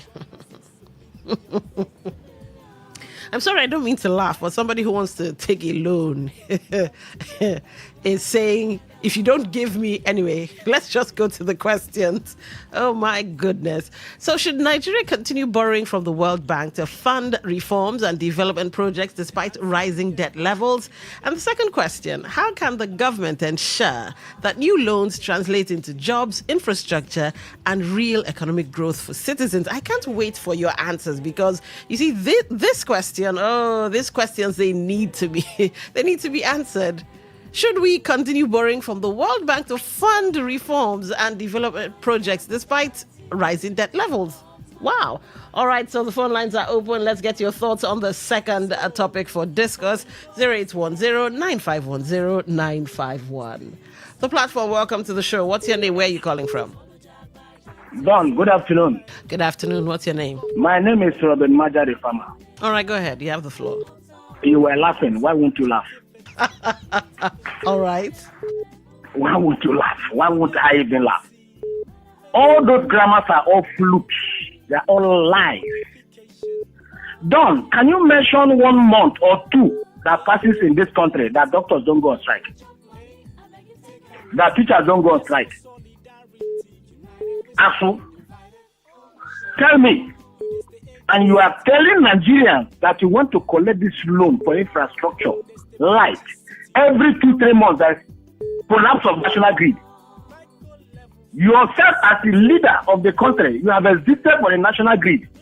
You are now on solar. You want to borrow money to provide electricity. It's lies, all lies now. All lies. It's very unfortunate. The other day yesterday I was watching Obasani, the governor of Kaduna State. That since he came on board for 3 years, he has never borrowed money from anybody. He has never borrowed. You telling us that more money in the hands of the governor. Why are you collecting the money and sharing it among yourselves? You are living large. Why Nigerians were impoverished? Where are the tractors they claim they have bought how many thousand tractors to give to states? Where are the tractors? It's all lies, unfortunate. All right. Thank you. Thank you for calling. The platform, welcome to the show. What's your name? Where are you calling from? Yes, good evening, John. Good evening. I'm Coach Andy. I'm calling from Port Harcourt. All right, go ahead. John, you said the federal government wants to borrow another money. Have you already borrowed? It looks like it's in the pipeline. They're getting ready for that one. Federal government wants to finish this country. Why is Tinubu wanted to do all this kind of thing? Why is he doing it? Why is he doing Nigeria? Why is he doing the citizens this kind of thing? I thought these people say that they have secured enough money. The money they say they have secured from subsidy. Where is the money? The one they have already borrowed. What good thing have they used the money for? Every time borrowing. No road, no water, no light, nothing. What is really happening in this country with this Tinubu administration, APC, PDAPC? What is really happening here? I don't understand. This one is borrowing. You want to borrow our children away, our future. You have borrowed everything away in this country. We don't have hope anymore. All right. Do you see what is happening? All right. Our children don't have hope anymore. Okay, no problem. Thank you for calling. All right, the platform, welcome to the show. What's your name? Where are you calling from? Yeah, Lady Special Douglas. Lady D, it was kind of funny to me too when you heard the hastiness in our demand. I thought that a beggar has no choice. So it really turned out that Nigeria now has choice in their loan. If it doesn't come quick or as fast as possible, they may not accept it. You see, what really rattled me in this consistent loan is that they do not invest this loan in capital expenditures. Most of them are recurrent. And these have been the problem previous governments had, particularly what this APC government blames Jonathan for. That he was borrowing for recurrent expenditures. I was expecting or hoping that each time this borrowing comes, they will prioritize it into capital expenditures. We do not have factories, we do not have industries in this country. Every time they tend to draw, and those things don't generate the kind of revenue that is required for this country to grow, and also it doesn't empower the young generation, people who don't work on all right. Use factory, use industry where people will work. If you borrow to build this thing, you will support the younger generation and also be developing the country, and you also have a fallback to pay the loan. Every time this borrowing, they don't even make it open. Okay, for instance, like this one, did they itemize who this for?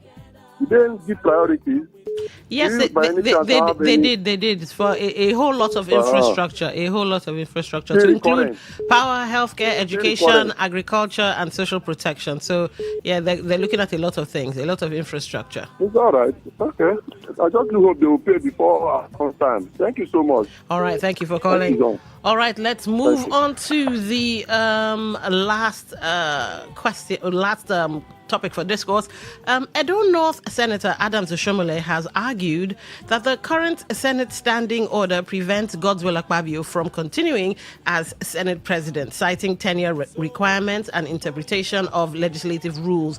Oshomole made the remarks during a television program where he referenced legal interpretations offered by Senior Advocate of Nigeria, Adeniyi Adegbomire.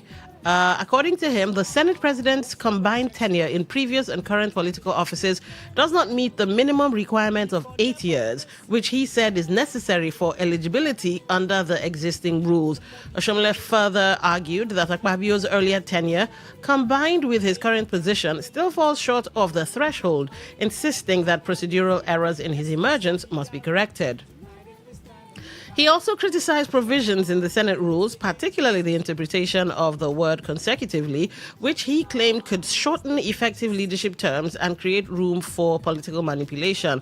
Oshomole warned that such legal frameworks, if unchecked, could encourage authoritarian tendencies within democratic institutions, stressing that the matter is not yet resolved and will continue to generate debate within the Senate. All right, let's see. Should leadership eligibility in the Senate be strictly determined by standing rules, or should political consensus carry more weight? Could disputes over Senate leadership rules weaken public confidence in Nigeria's democratic institutions? All right, let's see where your heads are at. The platform, welcome to the show. What's your name? Where are you calling from? Good evening. My name is Mario. I'm calling from Tanzania. All right, go ahead. You have the floor. Yeah, only the sector that APC government are very good at is to build.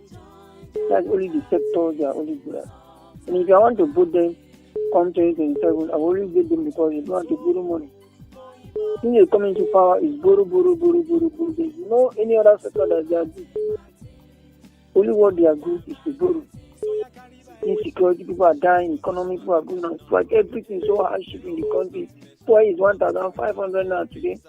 They are only busy or borrowing. They are not even talking about giving refinery.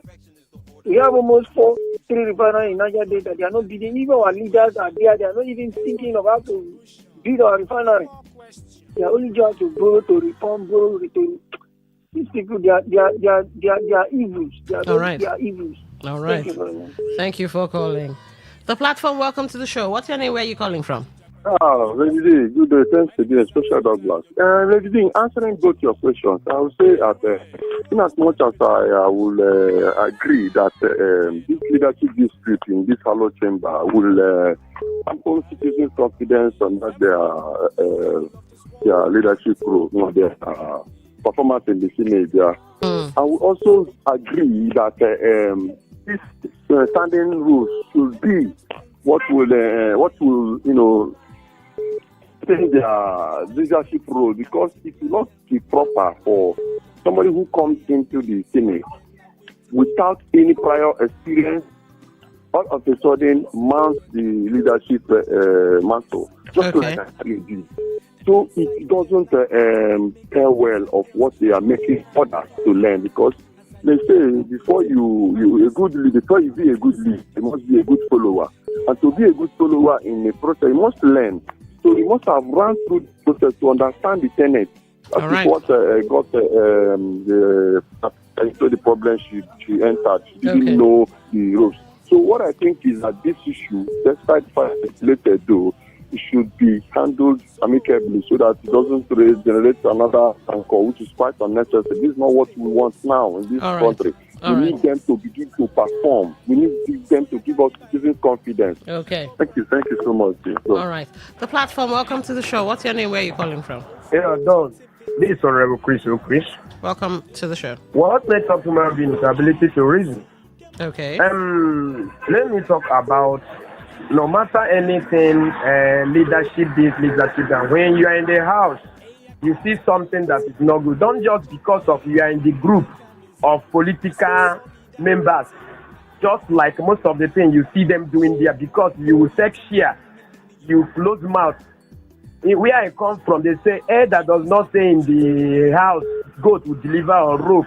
Any compound or any place you see goat deliver on rope and elder is there, that compound or that village, something is going wrong in the house, and somebody are trying to point out, just like the way they did what they did to Natasha. It's not good. It's not good that we have all our uncles who must be bad uncle. Why can't we have some people that can say the truth in that house? All right. Because of a judge or a lawyer or a judge is a learned man, does it mean that you have to tell me that Obibo is an Atolari? I should believe him? No, I shouldn't believe him that Obibo is an Atolari because he's a learned man. Leave it like that.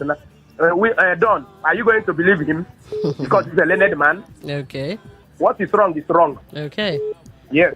The platform, welcome to the show. What's your name? Where are you calling from? Hello? All right, lost that one. The platform, welcome to the show. What's your name? Where are you calling from? Don Wilson, once again, Robert Maza the farmer, and I'm calling right from the chair. All right, go ahead. Say, you ask a question, what is one wrapping around his head by the action of the Senate and all that? If you have watched the video, the plenary, how Senator Akpabio, the Senate President, was talking to Adam Soshomele. Mm-hmm. You would think he's talking to his gate man. You would just think so. The impunity is high.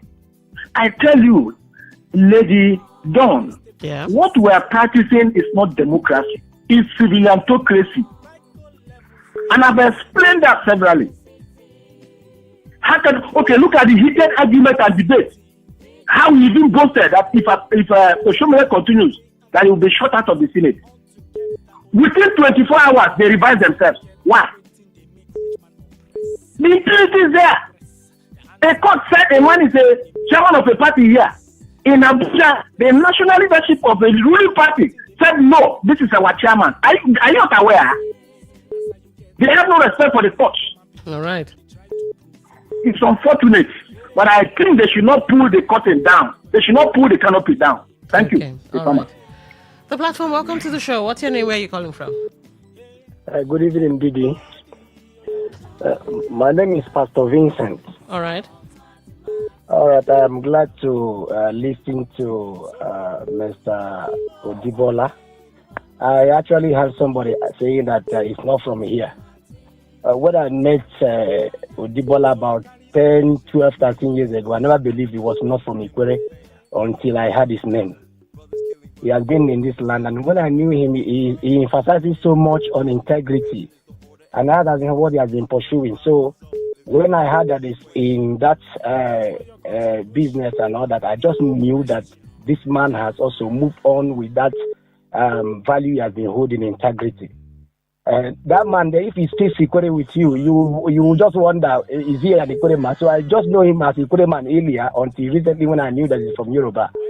So I'm just glad, and I believe that anybody doing business with him should just go and rest, because you are doing business with somebody that you can trust anytime, any day. All right. Thank you, I'm Pastor Vincent. All right, thank you for calling. Let's get into some text messages and WhatsApp messages.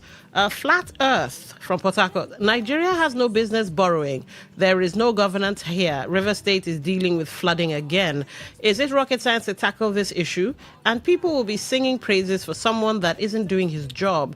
This is one way people contribute to the problem. Until we change this praise-singing behavior, incompetence and bad governance will continue.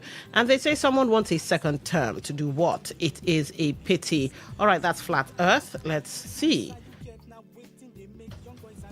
Hi, Don. Flooding is a major problem in the state, both natural flood and man-made flood. But government is unconcerned to tackle the menace.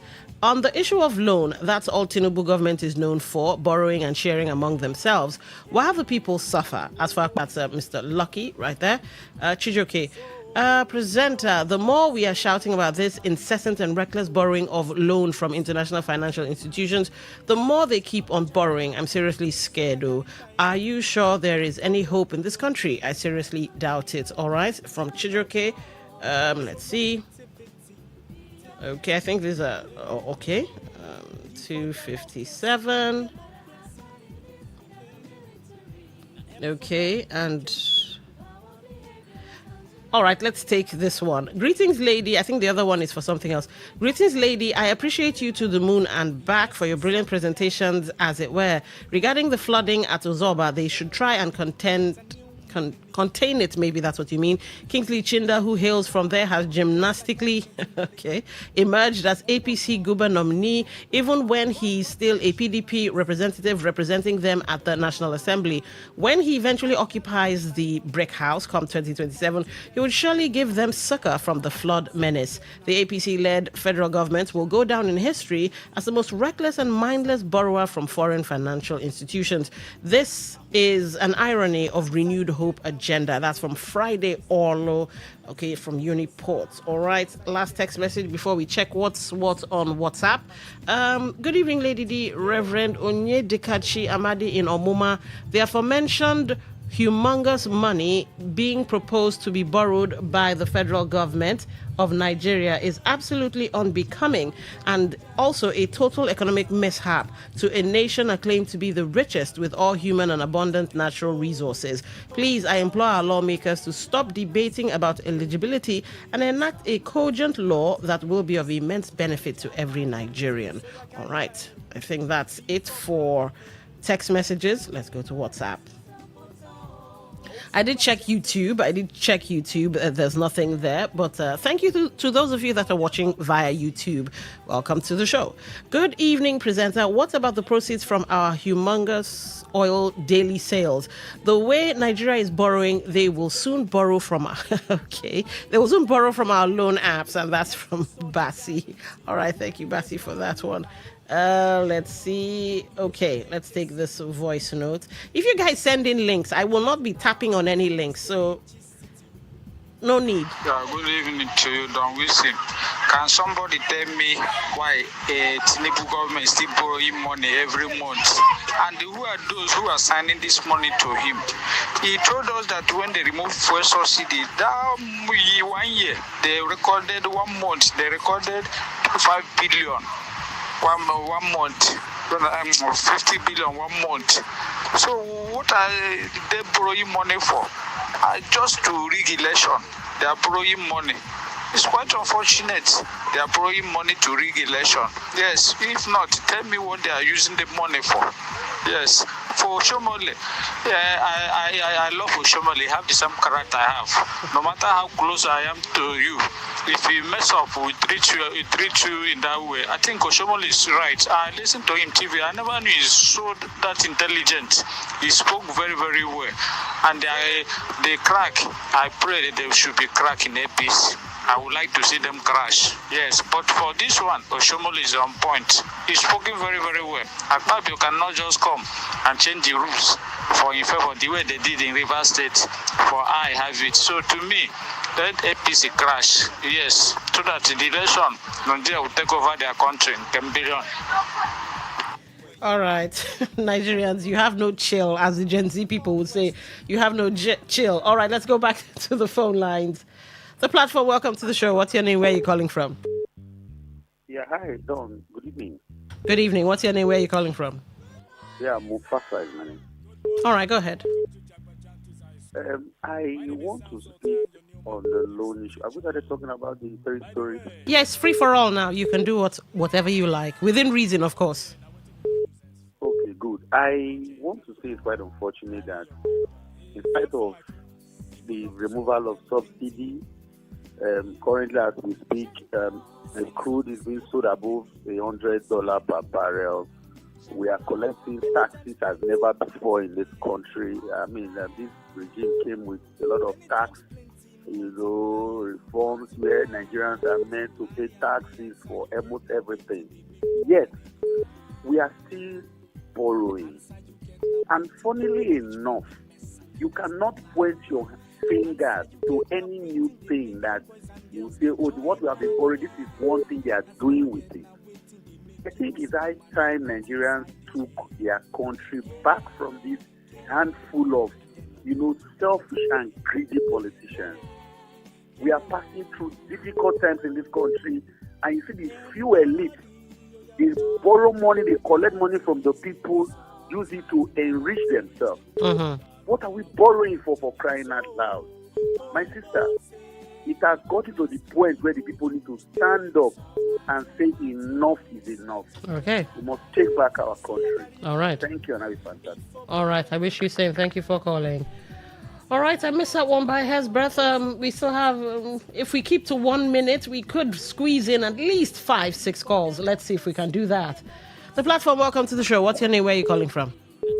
Yeah, Lady D, Special Douglas. I believe we are on the third round. Yes, we are. The fourth round. Third. Okay, I want to talk about this Obogoro flooding too because it gives me worry. It's a cause for concern. And you ask two pertinent questions. You ask how best it should be handled and who is to be blamed. I'll answer those two questions in one. I think it should be handled if the governor puts on his working tools and get back to governance and forget about all this running about 2027, which he will not go anywhere. To get back to governance and lead the state and do the remaining few months that's remaining. Because if he continues like this, we will keep complaining and wallowing and the state will be grounded. You see, nothing is happening at the state level in as much as governance is concerned. So the best thing he should do is to start governance and forget about anything about election because he cannot go anywhere. All right. The blame is squarely on him because if the government fails, it's on his shoulder. The box talks at the table, so the advice for him is just this.